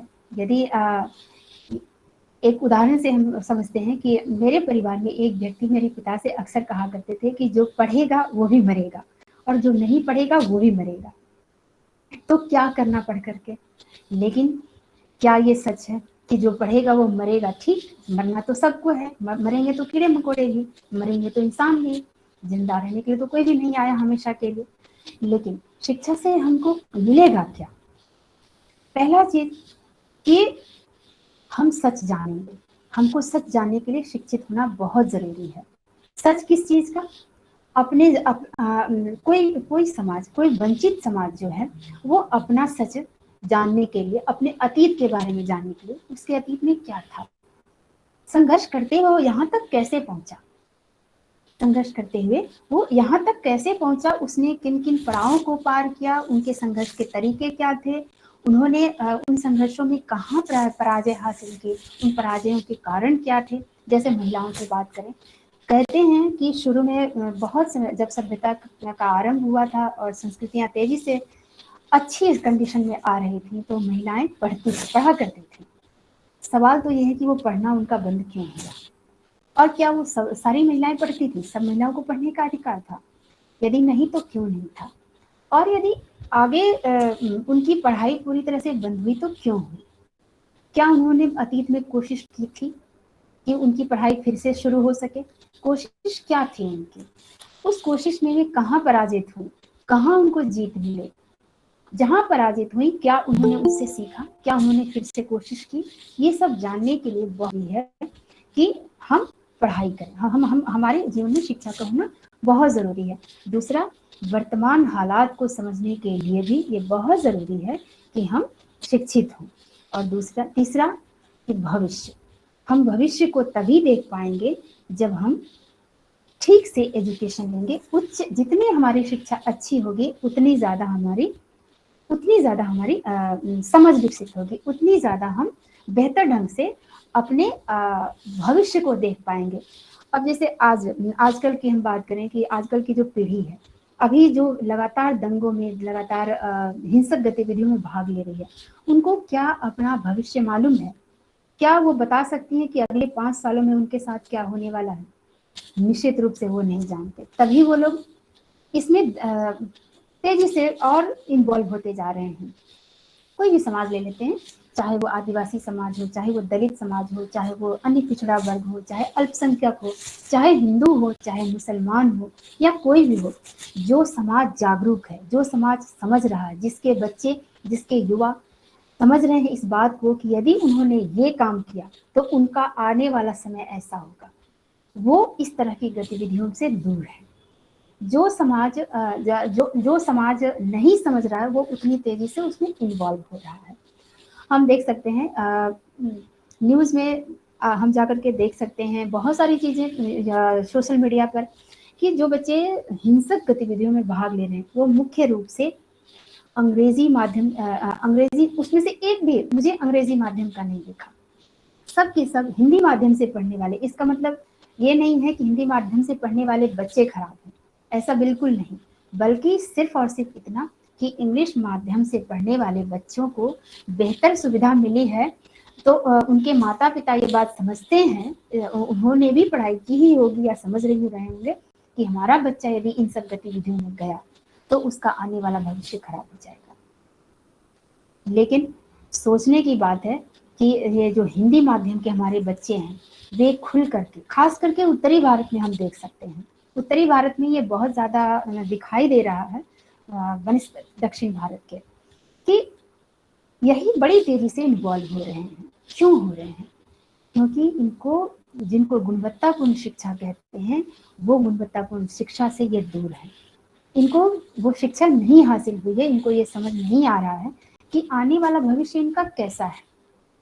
इनको कहीं कहीं भी कोई भी व्यक्ति, कोई भी संस्थान, चाहे सरकारी हो चाहे निजी हो, क्या इनको नौकरी पे रखेगा जैसे ही उसको पता चलेगा कि ये व्यक्ति दंगों में शामिल रहा है? मेरे ख्याल से तो शायद नहीं। तो शिक्षा जो है, अच्छी शिक्षा जो है, वो हमें सच जानने के लिए समझ देती है, हमारी समझ को विकसित करती है। दूसरा जो है वो है सवाल करने के लिए हमारी, जितना अच्छा हमारा एजुकेशन होगा हम उतना बढ़िया सवाल कर पाएंगे। सवाल किस किस से? अपने नेताओं से। अपने नेताओं से, जैसे हम पिछला उदाहरण ही हम लेकर के बात कर रहे थे कि हम अपने नेताओं से पूछ सकते हैं कि उनके बच्चे जहाँ दंगे हो रहे हैं, उनके बच्चे वहां जाकर के ईंट पत्थर लेकर के क्यों खड़े नहीं है? क्यों किसी को मारने पीटने में, किसी के खिलाफ हिंसक गतिविधियों में शामिल उनके बच्चे नहीं हैं? क्यों केवल वो बच्चे हैं जिनकी आर्थिक स्थिति, सामाजिक स्थिति खराब है? क्यों केवल वही बच्चे हैं? तो सवाल करने के लिए और तर्क करने के लिए यदि कोई सामने वाला हमसे पूछ रहा है कि अच्छा ये चीज बताओ कि ये चीज ऐसा क्यों है, तो हम जितने बेहतर ढंग से एजुकेट होंगे उतना बेहतर हम उत्तर दे पाएंगे, उतनी अच्छी हमारी उत्तर की गुणवत्ता होगी और उतना बेहतर हम उसको समझा भी पाएंगे, अपनी बात उस तक पहुंचा पाएंगे। चौथी बात, तीसरी बात कि हमको, यदि हम जितने बेहतर एडुकेट होंगे उतने बेहतर हम, कोई भी हालात होगा, चाहे जितना भी खराब हो चाहे अच्छा हो, हम उतने बेहतर ढंग से विषम परिस्थितियों में उपाय ढूंढ पाएंगे। जितना ज़्यादा, जैसे मान लीजिए कि किसी व्यक्ति का रोजगार चला गया, वो पढ़ा लिखा है, ठीक, किसी भी वजह से उससे रोजगार छीन गया, या उसके घर में कोई ऐसी मुसीबत आ गई जिसे कोई दूर दूर तक नाता दिखाई नहीं दे रहा है। लेकिन यदि वो व्यक्ति पढ़ा है, पढ़ा लिखा है ठीक से, तो उसको समझ में आएगा कि एक रास्ता बंद होगा तो दूसरा रास्ता खुलेगा और वो ढूंढेगा उस रास्ते को। पढ़ा लिखा व्यक्ति रास्ते ढूंढता है। हम डॉक्टर अम्बेडकर का उदाहरण ही ले सकते हैं कि उनके पास पैसे तक नहीं होते थे कि स्कूल की फीस भर सके। इस वजह से कई बार कई साल उनके खराब हुए पढ़ाई लिखाई के चक्कर में, कि पढ़ाई उनका स्कूल ही नहीं हो पाता, उनका वो एग्जाम में नहीं दे पाते थे। इस तरह की भी उनके सामने सिचुएशन आई। विदेश जाकर के वहां से उनको वापस लौटना पड़ा अपनी पढ़ाई अधूरी छोड़ करके, सिर्फ पैसे के अभाव में। लेकिन उन्होंने पढ़ाई छोड़ी नहीं, क्योंकि वो पढ़ रहे थे तो उनको समझ में आ रहा था कि व्यवस्था, बेशक हमारी हालत खराब है, अभी खराब है, लेकिन कोशिश करने पर ज़रूर हम अपनी हालत को सुधार सकते हैं। तो उन्होंने लगातार कोशिश की और इसलिए वो अपनी स्थिति सुधार पाए। तो कहने का तात्पर्य ये है कि जब हम शिक्षित होंगे तो अपने आप हमारे पास ऑप्शन होंगे, हम सोच पाएंगे। हमारी परिस्थिति कितनी भी खराब हो, लेकिन हम सोच पाएंगे कि हमको इसमें क्या रास्ता निकालना है। तो अब दूसरा, ये पहला बिंदु था कि शिक्षित बनो। डॉक्टर अम्बेडकर के इस विचार की शिक्षित बनो से लेकर के हमको क्या सीखना चाहिए। तो हर अधिक से अधिक व्यक्तियों को हम इस पर आगे बात करेंगे अभी, कि यदि हम पढ़े लिखे हैं, हमको अवसर मिल गया, तो हम इस एजुकेशन को आगे कैसे लेके जाएं। डॉक्टर अम्बेडकर के इस मंत्र की शिक्षित बनो को हम कैसे आगे थोड़ा सा अपनी ओर से भी हम प्रमोट करें, थोड़ा सा हम अपनी ओर से उनको बढ़ावा दें। दूसरा है संगठित रहो। उन्होंने मंत्र दिया संगठित रहो। इसमें इसको आधुनिक रूप से आज के समय में हम कैसे समझ सकते हैं, तो जब इसको सबसे अच्छे उदाहरण से हम कोरोना के टाइम में देख सकते हैं। बहुत जगहों पर हमने देखा ही है कि लोगों के सामने भूखों मरने की नौबत आ गई। कई ऐसे परिवार थे, तो कई लोगों ने कोशिश की कि जो उनके पास संसाधन है वो, या फिर दूसरों से संसाधन लेकर के, दूसरों से सहयोग लेकर के उन्होंने उन तक भोजन पहुंचाने की व्यवस्था की। उनके जो प्राथमिक ज़रूरतें थी, जो सबसे अधिकतम उनकी सबसे न्यूनतम आवश्यकता जो थी, सबसे ज़रूरी आवश्यकता जो थी भोजन और दवाई की, उसकी उन्होंने व्यवस्था की। किसी को बीमार, कई ऐसे ग्रुप भी बने, व्हाट्सएप ग्रुप आप लोग जानते ही होंगे, हम सब कहीं ना कहीं जुड़े भी होंगे किसी न किसी ग्रुप से, कि जो बीमार हो रहे थे, कोरोना से जो ग्रसित हो रहे थे, उनको मेडिकल के मामले में उनको मदद, या फिर आर्थिक रूप से उनको मदद, दवाइयाँ वगैरह के मामले में, भर्ती कराने के समय जो खर्चे होंगे, उन सब के मामले में हम सब ने एकजुट थे, संगठित थे, तब हमने मदद की। लेकिन इसकी आवश्यकता सबसे अधिक सामाजिक रूप से है, और वो भी इससे अधिक बुरा वक्त तो आज़ादी के बाद मुझे नहीं लगता कि दिखाई दिया। क्योंकि जब भी एक हम लोग वो समय ज़रूर जानते हैं, हम में से बहुत से लोग शायद पैदा भी नहीं हुए थे, तो जब आपातकाल भारत में लागू हुआ था, और उसमें पूरे देश की जनता सरकार के खिलाफ खड़ी हो गई थी। देश की व्यवस्थाएं, बहुत सारे लोग, बहुत सारे संस्थान परोक्ष रूप से सरकार के खिलाफ हो गए थे। और उसके बाद, लेकिन उसमें भी सबसे अच्छी बात यह थी कि जनता एक दूसरे के साथ थी। आज के समय में जनता एक दूसरे के साथ नहीं है। आज से ज़्यादा बुरा वक्त मुझे नहीं लगता कि आज़ादी के बाद आया था। आज जितने जितने बड़े पैमाने पर और जितने स्तरों पर हम बट गए हैं, जितने स्तरों पर हम सामाजिक विषमता का देख रहे हैं कि फैल गई है, हिंसा या फिर नफरत, ये सब जो चीज़ें फैल गई हैं, जितने स्तर पर फैल गई हैं, शायद इससे ज़्यादा उचित समय संगठित होने का नहीं है। इससे बेहतर इतना ज़्यादा बुरा वक्त अब तक नहीं आया था। तो आज सबसे अधिक पढ़े लिखे लोगों को, या जो लोग जागरूक हैं, उन लोगों को सबसे अधिक ज़रूरत है एक दूसरे के साथ आने की, एक दूसरे के साथ खड़े होने की। तो संगठित होने की ज़रूरत हमको क्यों है? तो एक दूसरे की रक्षा के लिए, एक दूसरे की मदद करने के लिए। ये कैसे? यदि हमको लगता है, यदि हमको पता चलता है कि जैसे कहीं दंगा होने वाले हैं, कोई भी वर्ग हो, कोई भी जाति हो, कोई भी वर्ग हो, वो किसी किसी भी तरीके से चाहे वो दिग्भ्रमित होकर के या फिर गुस्से में वो प्रतिक्रिया कर रही है या फिर हमलावर हो रही है किसी भी व्यक्ति को नुकसान पहुंचाने के लिए, किसी समाज को, किसी गांव को, किसी समुदाय को नुकसान पहुंचाने के लिए यदि यदि वो खड़ी हो रही है, यदि आ रही है, तो बाकी समाज को संगठित होकर उनको समझाने की जरूरत है, उनके साथ संवाद करने की जरूरत है। इसलिए संगठित होना बहुत जरूरी है। एक दूसरे की मदद करने के लिए, मदद किस रूप में, आर्थिक रूप से भी, सामाजिक रूप से भी और सुरक्षा के मामले में भी। एक दूसरे की सुरक्षा, एक दूसरे के बच्चों की, एक दूसरे के बच्चियों की, लड़कियों की सुरक्षा के लिए, महिलाओं की सुरक्षा के लिए साथ आने की जरूरत है, बौद्धिक रूप से भी, व्यावहारिक रूप से भी। इसके अलावा विश्वास करने की बहुत ज़रूरत है। इस स्तर पर भी संगठित होने की बहुत अधिक ज़रूरत है कि विश्वास करना है, एक दूसरे पर विश्वास करना है, बनाए रखना है, विश्वास बनाए रखना है। और तीसरा मंत्र उनका था डॉक्टर अम्बेडकर का कि संघर्ष करो। संघर्ष किस चीज़ से? संघर्ष अपने लोगों से नहीं, अपने लोगों की दुर्भावनाओं से। उनके उनके उनके मन में जो एक हिंसक माहौल बन रहा है, उनका उनका जो वैचारिक आयाम निर्मित हो रहा है, जो हिंसक तरह का निर्मित हो रहा है, उससे संघर्ष। और क्योंकि वो तो हमारे ही अपने लोग हैं, हमारा अपना ही समाज है, हमारे अपने समाज के हिस्से हैं, उनके इसलिए उनकी सुरक्षा करते हुए उनके नकारात्मक विचारों से, उनके नकारात्मक व्यवहारों से, उनकी हिंसक गतिविधियों को रोकने से, उनसे हमको संघर्ष करने की जरूरत है। और इसमें जो हमारा सबसे बड़ा हथियार बनेगा वो है शिक्षा, लगातार संवाद, लगातार बातचीत, लगातार संपर्क में। मुझे एक फिल्म याद आ रही है जिसका नाम था जय हो, शायद सलमान खान की थी और इनकी तब्बू की थी। उसमें वे लोग कहते हैं कि कोई व्यक्ति यदि मदद कर रहा, वो खुद मदद कर रहा और कह रहा है कि तुम इसको वापस मत करो, बल्कि 3 लोगों की मदद करो और उन तीनों से कहो कि वो फिर 3 की मदद करें। तो ये यदि हम व्यक्तिगत रूप से एजुकेशन के ही रूप में जो लोग सक्षम हो जाते हैं, यदि वो आस-पास के लोगों की किसी भी रूप में पढ़ाई के मामले में मदद कर पाएँ, तो उनको पैरों पर खड़ा करने के मामले में छोटे-छोटे जो मदद होते हैं, उस मामले में भी मदद कर पाएँ, तो समाज के लिए ये धीरे-धीरे वो अपने आप थोड़ा-सा उनका भी अपना सहयोग मिलने लगेगा। तो कुल मिलाकर ये है कि जो वर्तमान हालात इतने खराब हैं कि आज डॉक्टर अम्बेडकर जो हैं, वो कहीं पहले से अधिक ज़रूरी हो गए हैं। उनके विचार, उनके काम, उनकी गतिविधियाँ, उनके काम करने का तरीका।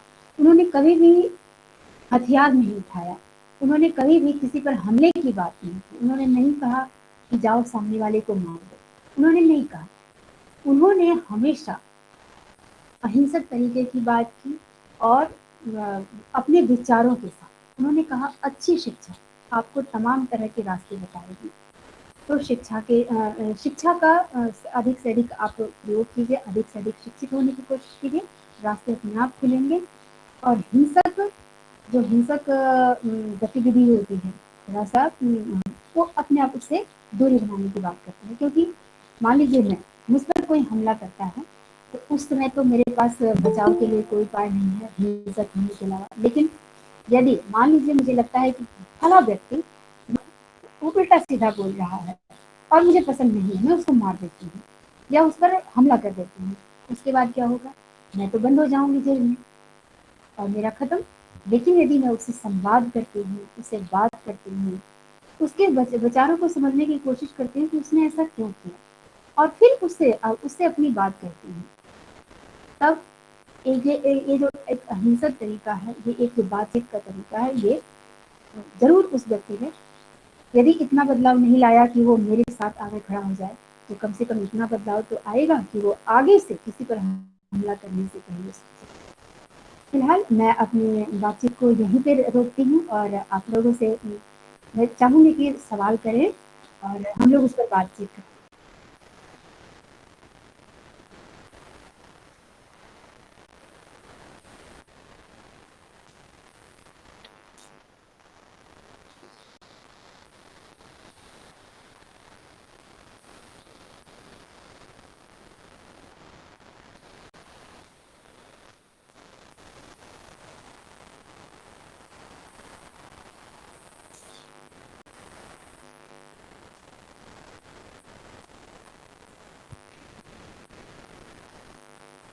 Good morning ma'am.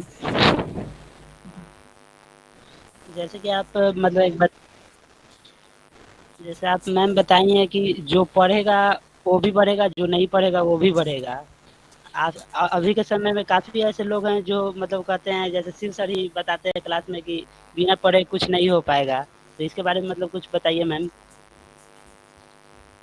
यदि आप पढ़ेंगे, यदि आप पढ़ते हैं तो एक किसी विषय वाले से पूछिए जो गांव में रहता हो, शहर में नहीं, कि क्या वो बता सकता है 5 साल बाद क्या होगा देश में, क्या कंडीशन बनने वाली है? नहीं बता सकता ना। वो अधिक से अधिक कहेगा बहुत खराब होगा, लेकिन क्या खराब होगा, कैसे खराब होगा? लेकिन आप एक विद्यार्थी के रूप में आप बता सकते हैं कि जब हमारे देश में आप पढ़ रहे हैं, आप एनालाइज भी कर रहे हैं और आप देख भी रहे हैं और आप समझ भी रहे हैं कि यदि रोजगार के अवसर खत्म होते हैं, रोजगार के अवसर क्यों खत्म हो रहे हैं? कारखाने बंद हो रहे हैं, लोगों की आर्थिक स्थिति जो मैनेजमेंट होती है या जो रोजगार मुहैया कराते हैं, जो संस्थान है, जो कंपनियां, जो धीरे धीरे करके बंद हो रही, छोटे छोटे जो व्यवसाय हैं वो भी अब धीरे धीरे खत्म हो रहे हैं। तो क्या होगा? लोग बेरोजगार होंगे, बेरोजगार होंगे तो क्या होगा? उनका मानसिक तनाव बढ़ेगा, मानसिक तनाव बढ़ेगा तो क्या होगा? वो बीमार होंगे, या तो पागल खाने पहुंचेंगे, या फिर किसी के विरुद्ध हिंसा करेंगे, या फिर घर में जाकर के पत्नी और बच्चों से झगड़ा करेंगे, उनको पीटेंगे। ये आप बता सकते हैं ना। लेकिन और इसी चीज को आप समझते जाइए, दूर तक आप इस पर डिस्कस कीजिए, दूर तक सोचिए, किसी को समझाइए, तो एक पढ़ा लिखा व्यक्ति बहुत अच्छे से एक्सप्लेन कर सकता है कि यदि आपने ये काम किया तो आपके साथ ये होगा, आपने ये काम नहीं किया तो आपके साथ ये चीज होगा। तो पढ़ा लिखा व्यक्ति आखिर समाज हम जिनको कहते हैं कि दबंग समाज, या किसी भी दुनिया के किसी भी हिस्से में चले जाइए, जो वहाँ का पावरफुल हिस्सा है, समाज का जो पावरफुल, जिसके हाथ में सारी की सारी आर्थिक और सामाजिक, साथ में राजनीतिक और प्रशासनिक ताकत भी जिसके हाथ में केंद्रित है, देखिए कि उसकी एजुकेशन क्या है, उसकी एजुकेशनल कंडीशन आप देख लीजिए कि क्या है, अपने आप समझ में आ जाएगा कि हाँ जो एजुकेशन है वो क्या कमाल करती है। और कुछ नो मैम।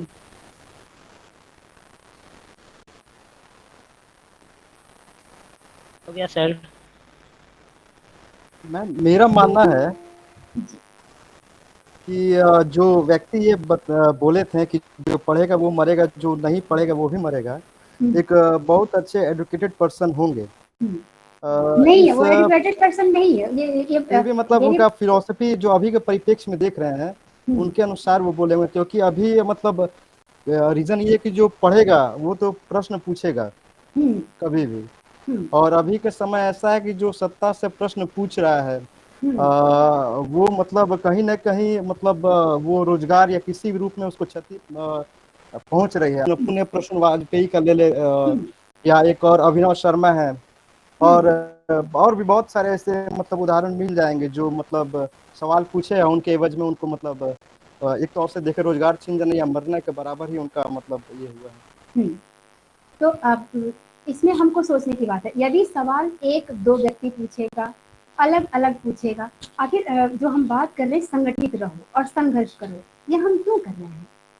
यदि एक व्यक्ति सवाल करेगा, केवल एक पुण्य प्रश्न वाजपेयी सवाल करते हैं तो उनको हानि तो पहुंचाई जाएगी।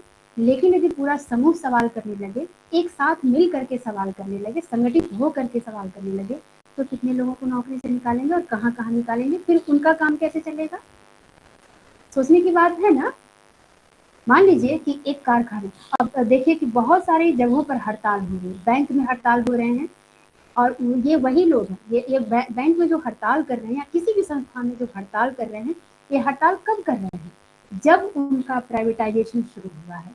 वे सब के सब उस समय खामोश थे जब समाज के जो जितने वंचित वर्ग थे उनके अधिकार लगातार छीने जा रहे थे, दूसरे संस्थान प्राइवेटाइज हो रहे थे, तब वे लोग खामोश थे। ये सही है या गलत? सही है ना बात? जी लेकिन जी लेकिन जब उनके अपने अधिकार छीने, तब जाकर के उन्होंने बोलना शुरू किया।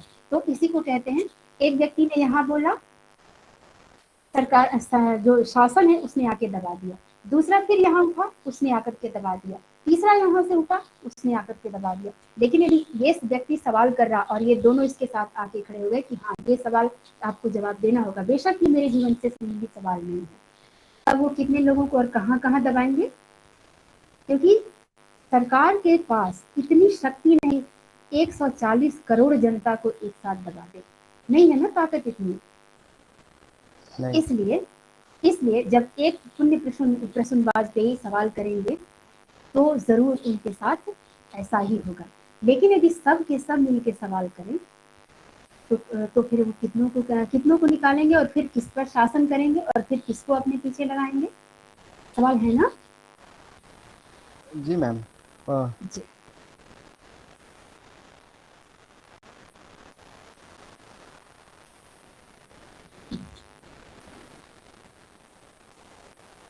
Good afternoon madam.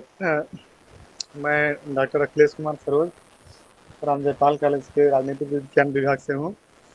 मेरा सवाल ये है कि ग्राम पंचायतों के बारे में डॉक्टर B.R. अम्बेडकर और महात्मा गांधी के विचारों में क्या अंतर था और उसके पीछे क्या वजह थी? जी, ग्राम पंचायत, इसको सबसे अच्छा तरीके से हम खाप को देख करके समझ सकते हैं।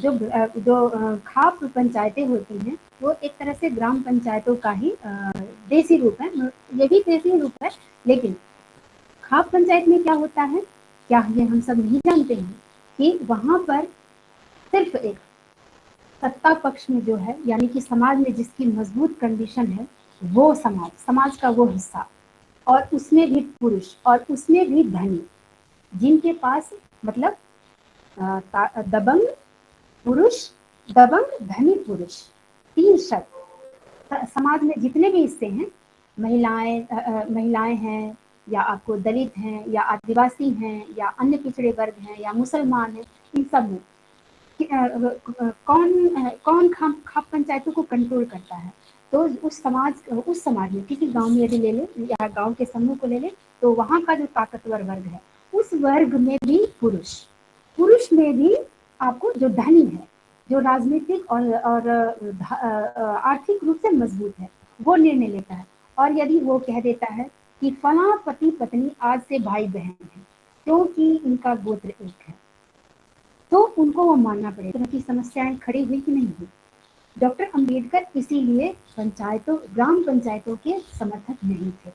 वो जानते थे कि जिस दिन ग्राम पंचायतों को अपने लेवल पर अधिकार मिल गया, जो अपराध है उनके बारे में निर्णय लेने का, या फिर गांव से संबंधित बहुत सारे ऐसे निर्णय होते हैं जिसमें कि यदि उस लेवल पर निर्णय हो रहे हैं तो जरूर डिस्क्रिमिनेशन होता ही होता है, मतलब संभावना उसकी बहुत ज्यादा होती है। आखिर भवरी देवी के साथ रेप क्यों हुआ था? इसी वजह से तो हुआ था, क्योंकि उन्होंने ग्राम पंचायत को एक जो बना बनाया खांचा था उससे अलग जाकर के उन्होंने काम करने की कोशिश की थी। इसलिए उनसे बिल्कुल आधे से भी कम उम्र के लड़कों ने, पुरुषों ने उन पर रेप किया था। राजस्थान की, जो अभी तक पता नहीं अब जिंदा है कि नहीं, लेकिन वो अभी तक न्याय के लिए लड़ रही है। वो बार बार यही कहती है, मन में न्याय चाहिए।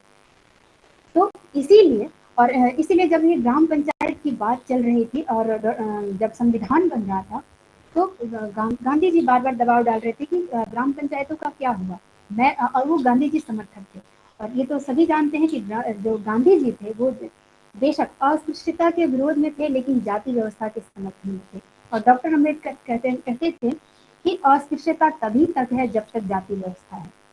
अस्पृश्यता को जड़ से खत्म करने का एक ही उपाय है कि जाति व्यवस्था ही जड़ से खत्म हो जाए। तो इसीलिए और जो गांधी जी थे वो जाति व्यवस्था का बहुत समर्थन करते थे। कहते थे कि ये तो ठीक है, ये तो इसमें तो कोई समस्या नहीं है। कट्टर समर्थक थे। वो बार बार इस चीज को मेंशन कर रहे हैं कि हाँ ये अच्छी चीज है, इसको होना चाहिए, हमारे समाज के रेगुलेशन के लिए बहुत सही है। और इसीलिए हम ये बात समझ सकते हैं कि जब वो जातिवाद की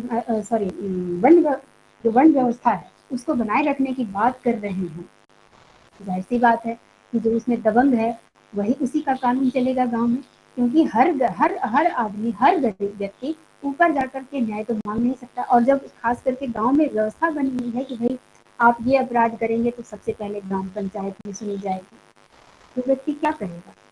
इसीलिए डॉक्टर अंबेडकर जो है वो इससे सहमत नहीं थे कि ग्राम पंचायत बने या उनको उतना अधिक अधिकार दिया जाए। इसलिए जवाहरलाल नेहरू इस चीज को समझते थे, इसलिए वो लोग बहुत ज्यादा इस पर उन्होंने जोर नहीं दिया, बल्कि उन्होंने इसको टालने की कोशिश की। जब तक वो टाला जा सका तब तक उन्होंने इसको टालने की कोशिश की। बाद में जाकर के इस पर काम किया है। तो ग्राम पंचायतें जो है वो मुख्य रूप से जाति व्यवस्था को बनाए रखने के लिए एक अनौपचारिक रूप से वो उनको पावर मिल जाता है, उनको ताकत मिल जाती है। गाँव में अभी भी आप जाकर के देखेंगे, मेरे तो आंखों देखा हुआ एरिया में मैं पैदा हुई हूँ, तो वो मेरा देखा हुआ कि किस तरह से वो जमीनों के मामले में फैसले सुनाते हैं। और बेचारे जो गाँव के लोग हैं, जो वंचित लोग हैं, जो कमजोर लोग हैं, यहाँ तक कि ब्राह्मणों में जो वंचित जो कमजोर हैं उनमें भी तो वंचित है ना। तो ब्राह्मणों के गरीब ब्राह्मण का यदि जमीन किसी दबंग पावरफुल ब्राह्मण ने हत्या लिया तो बेचारा तो गया। उनका उनका उनका मामला पंचायत में पहुंचता है तो जो जनता है वो अपने आप कंडीशन आ जाती है, डिस्क्रिमिनेशन का शिकार होती है। तो इसलिए डॉक्टर अम्बेडकर इसका विरोध करते नहीं समर्थन कर रहे हैं।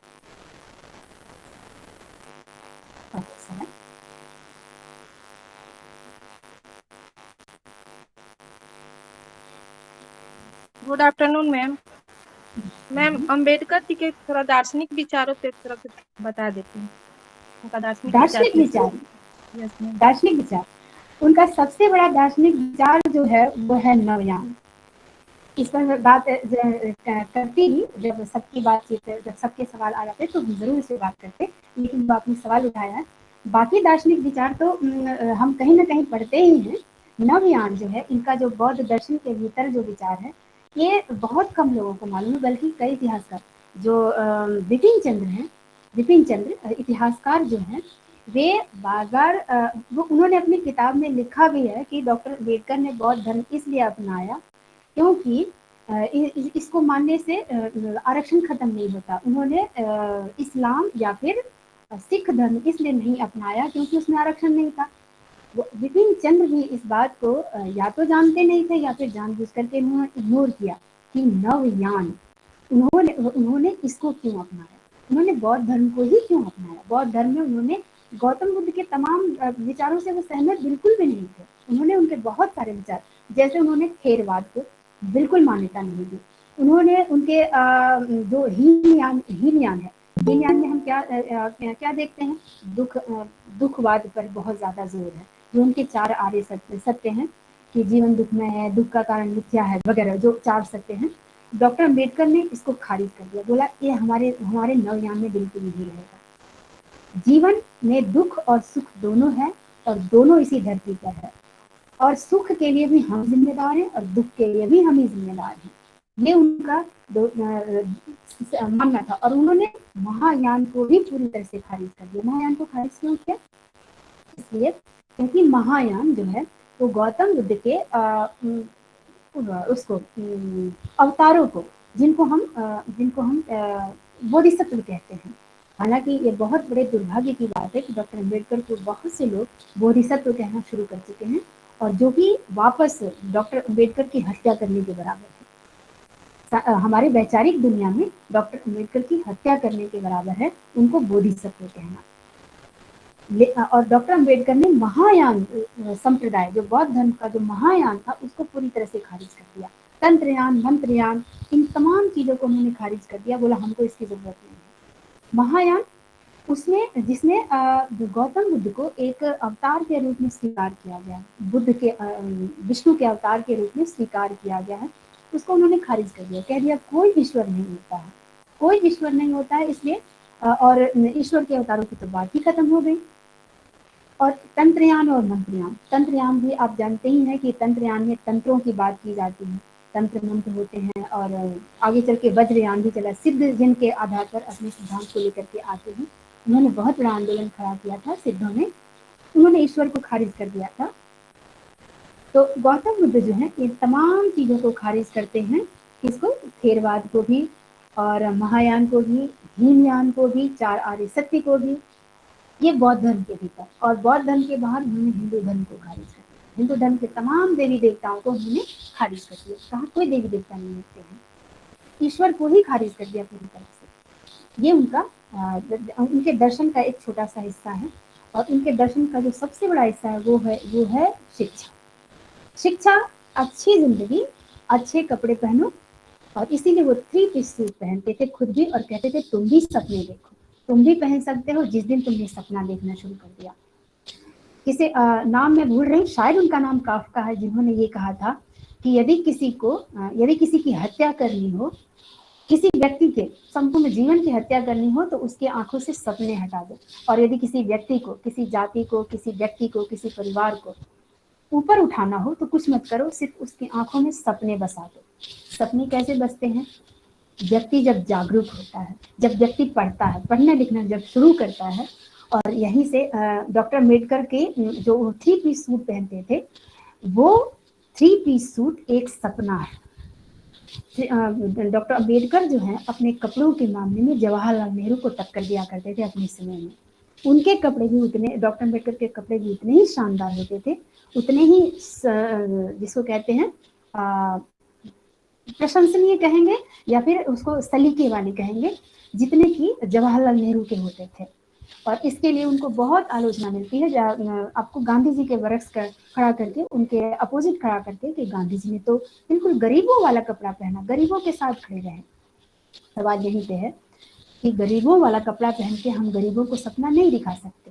गरीबों को सपना दिखाने के लिए हमें वो कपड़ा पहनना होगा जिसका सपना हम दिखाना चाहते हैं। इसलिए उन्होंने 3 पीस सूट पहना। दूसरा, उन्होंने कहा दड़बों में मत रहो। दड़बों में मतलब छोटे छोटे घरों में मत रहो। अब देखिएगा कि जितनी भी दलित बस्तियां एकदम बिल्कुल दड़बों की तरह होती, छोटे छोटे कमरे में, 10 बाय 10 के कमरे में पूरा का पूरा परिवार रहता है। उनका किचन वहीं पे है, उनका घर वहीं पे है, उन बच्चे वहीं पढ़ रहे हैं, पति पत्नी वहीं है, बच्चे भी वहीं हैं। और इससे क्या होता है? जीवन प्रभावित होता है, बच्चों के जीवन की गुणवत्ता प्रभावित होती है, व्यक्ति की अपने जीवन की गुणवत्ता प्रभावित होती है। इसलिए उन्होंने कहा दड़बों जैसे घर में मत रहो, थोड़ा ठीक घर में रहने की कोशिश करो। और इसलिए सपने देखो। और तीसरा, शहर की ओर आओ। शहर की ओर आओ, अच्छी एजुकेशन प्राप्त करो, अच्छे जीवन शैली अपनाओ। और जीवन शैली, किसी के जीवन शैली से ही हम बता सकते हैं कि उस व्यक्ति के अपने वैचारिक जो दुनिया है वो कैसी है।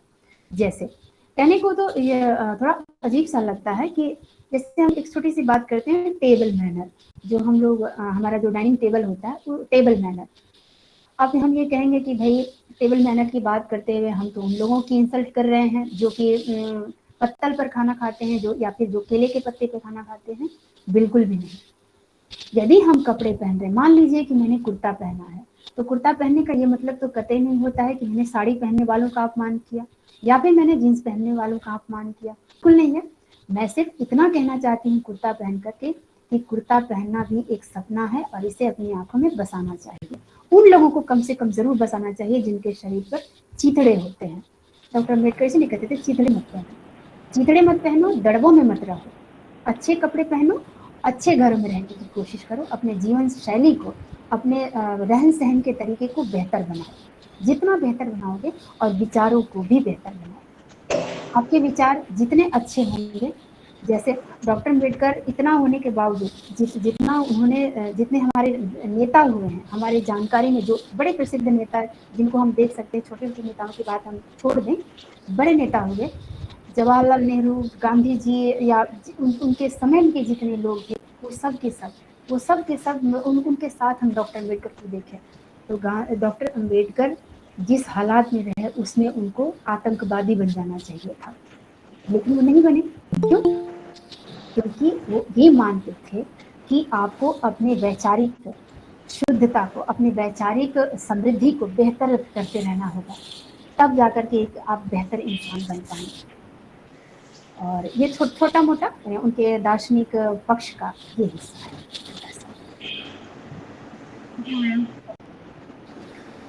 नमस्ते मैम, मेरा नाम शिप्रा नंदन है।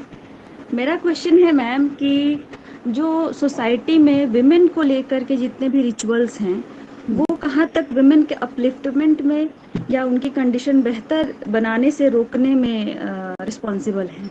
इस पर अम्बेडकर की क्या राय थी? इस बारे में डॉक्टर अम्बेडकर ने ऐसा तो कुछ नहीं कहा कि भाई आपको जीन्स पहनना चाहिए या नहीं, लेकिन आज़ादी, विचारों की आज़ादी में, आपके अभिव्यक्ति की आज़ादी में ये सब के सब आपके पहनावे भी शामिल हैं।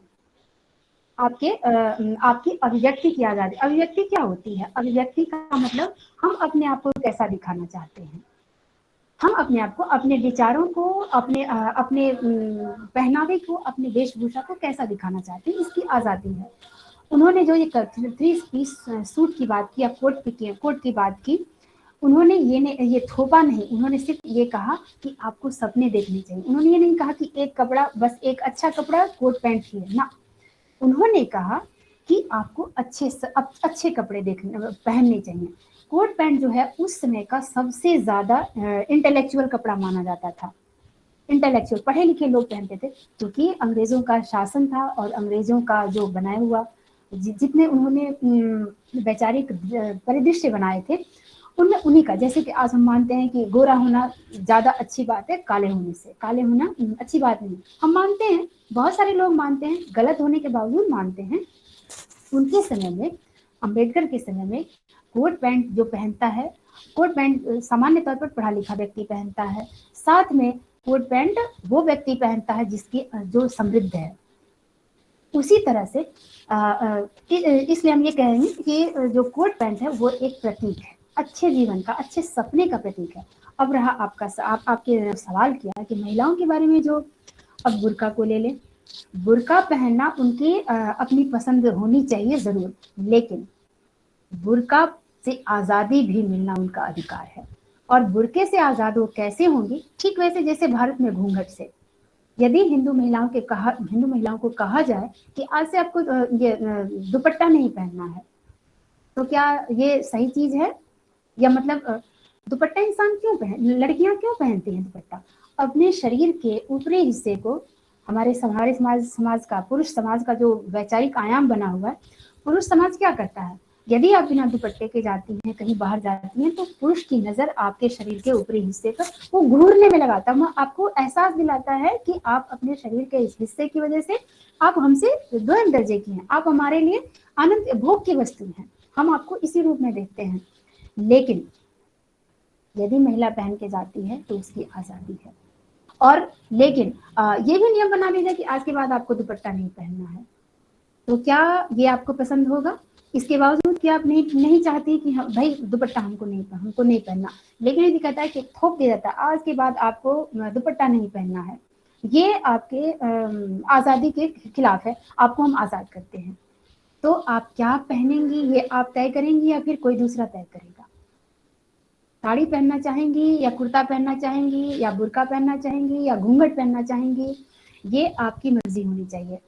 लेकिन साथ ही साथ आपको लगातार एजुकेशन के माध्यम से जागरूक भी होते रहने की जरूरत है कि आपके लिए क्या ठीक है। यदि बुर्का ठीक नहीं है उसको खारिज कर दीजिए, यदि आपके लिए घूंघट ठीक नहीं है खारिज कर दीजिए।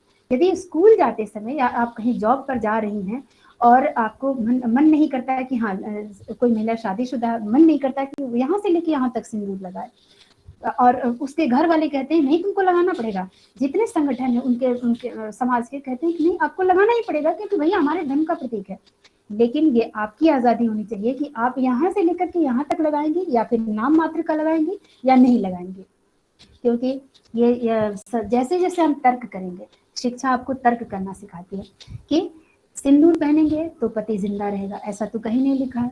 जिस व्यक्ति से शादी हुई है, क्या वो व्यक्ति तब जिंदा नहीं था जब आप सिंदूर लगाती थी? महिला कोई महिला शादी हुई, जब शादी नहीं हुई थी तब भी तो वो आदमी जिंदा था ना, वो बिना सिंदूर के, बिना करवा चौथ के। तो ये क्या है? एक ट्रेंड है, केवल एक परंपरा है जिसका निर्वाह कर रहे हैं, लेकिन किसी परंपरा का निर्वाह हम किस सीमा तक करेंगे ये हमारी अपनी आजादी होनी चाहिए।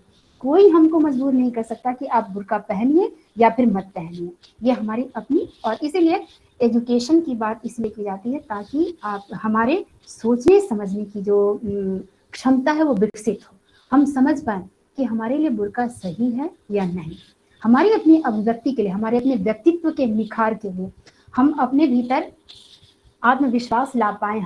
कोई सामने हमारे मुसीबत आए तो हम पूरे आत्मविश्वास के साथ उसका सामना कर सके। इसके लिए हमारा बुर्का छोड़ना जरूरी है, उसके लिए हमारा घूंघट छोड़ना जरूरी है, तो हम छोड़ दें। इसके लिए जागरूक रहने की लगातार जरूरत है। और जैसे जीन्स, फटी हुई जीन्स की बात करते हैं, ये सब बहुत ज़्यादा कॉम्प्लिकेटेड चीज़ें हैं, इन पे अलग से बात की जाने की ज़रूरत है कि क्योंकि ये अपने आप में बहुत लंबी बहस है कि आपको फटे कपड़े पहनने चाहिए कि नहीं। फटे कपड़े तो बेचारे गरीब पहनते हैं, लेकिन यदि कोई महिला चाहती है कि हाँ हमको फटा हुआ जीन्स पहनना है तो उसकी आज़ादी होनी चाहिए।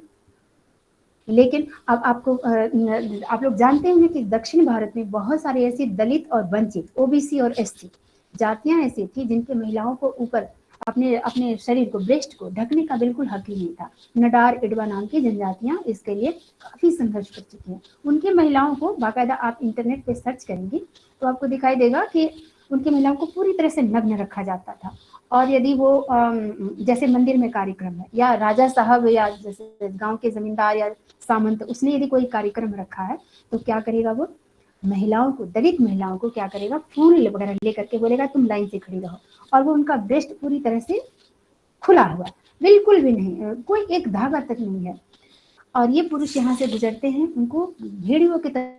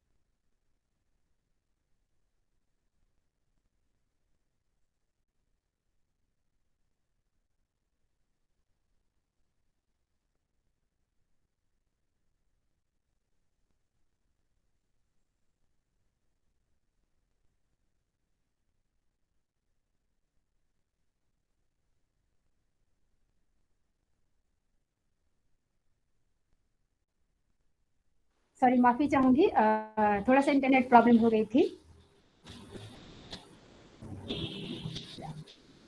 तो हाँ, जिस जिस बच्ची ने सवाल किया था, तो यही मतलब कहने जो लबुल है वो ये कि आप क्या पहनेंगी क्या नहीं पहनेंगी ये आप तय करेंगी। किसी को भी ये हक नहीं है तय करने का कि आप क्या पहनेंगे।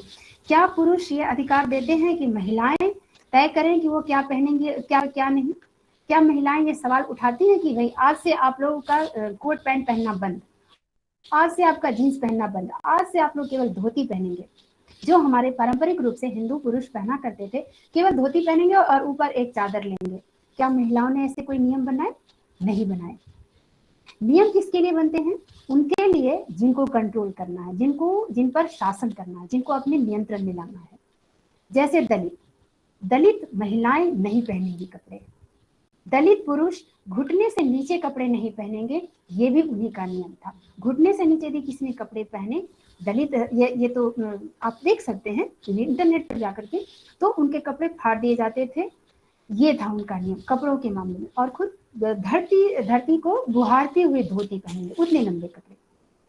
तो कहने का मतलब कि आप क्या पहनेंगी, चाहे पुरुष हो, चाहे महिला हो, चाहे हिंदू हो, चाहे मुसलमान हो, या ब्राह्मण हो, या दलित हो, कोई भी हो, वो क्या पहनेगी, क्या खाएगी, क्या काम करेगी, वो उसका अपना चॉइस होना चाहिए। कोई भी व्यक्ति उनको मजबूर नहीं कर सकता कि आपको यही करना है, आपको ऐसे ही करना है, इस तरीके से करना है, कोई मजबूर नहीं कर सकता।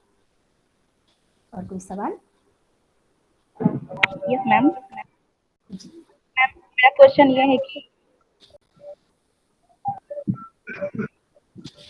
यस मैम, लास्ट क्वेश्चन, कि संवैधानिक व्यवस्था होते हुए भी समाज में ये जो बढ़ रही है कुरीतियां, इसके को कैसे नियंत्रित? आपकी आवाज मैं सुन नहीं पा रही हूँ, सॉरी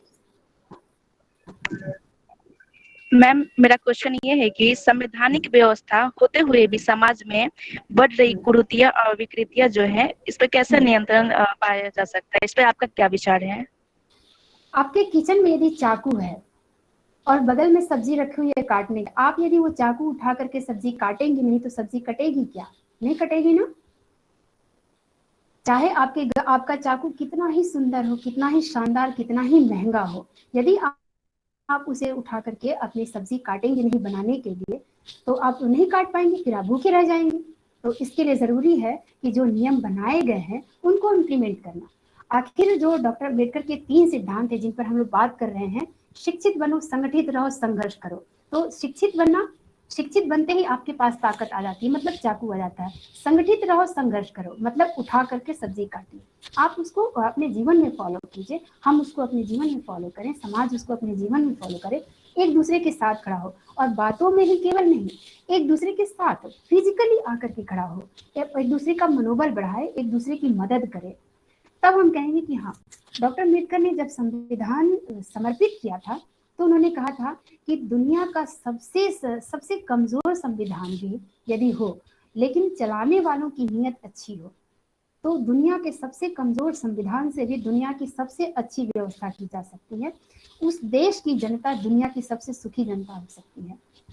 लेकिन यदि संविधान दुनिया का सबसे अच्छा हो और चलाने की नीयत खराब हो, चलाने और या फिर जनता ही उस चीज को समझ नहीं पा रही हो, तो दुनिया का सबसे अच्छा संविधान भी उनका भला नहीं कर सकता है। डॉक्टर अम्बेडकर तो सीधे सीधे कहते थे कि आपको जागरूक होना पड़ेगा, आपको अपने सामाजिक और राजनीतिक अधिकार समझने होंगे, उसके लिए लड़ना होगा, उसके लिए कोशिश करनी होगी, तब जाकर के, वरना कानून बना देने से कुछ भी हासिल नहीं होता। कानून तो एक अमूर्त चीज है। बस इतना ही है उसका जो लबोलुआब, उसका जो निष्कर्ष कि उसको इम्प्लीमेंट में लाइए। जैसे अब उदाहरण के लिए हम यूनिवर्सिटी में जाते हैं या कॉलेज में जाते हैं, कोई कहता है अरे तुम जीन्स पहन के क्यों आई, चले जाओ यहाँ से, क्योंकि जीन्स पहनना अलाउड नहीं है। संविधान का प्रयोग कीजिए और कहिए कि मैं क्या पहनूंगी ये मेरा अधिकार है, ये तुम नहीं तय करोगे, ये मैं तय करूंगी। सीधी सी बात है, ये तुम नहीं तय करोगे, ये मैं तय करूंगी कि मुझे क्या पहनना है, और इसलिए मैं वही पहनूंगी जो मेरा मन कर रहा है। यदि मेरा मन कर रहा है कि मैं साड़ी पहनूं और यहाँ तक घूंघट रखूं, तो मैं रखूंगी, तुम नहीं होते हो कोई रोकने वाले मुझे। बस इतना ही है इसका। Thank you ma'am.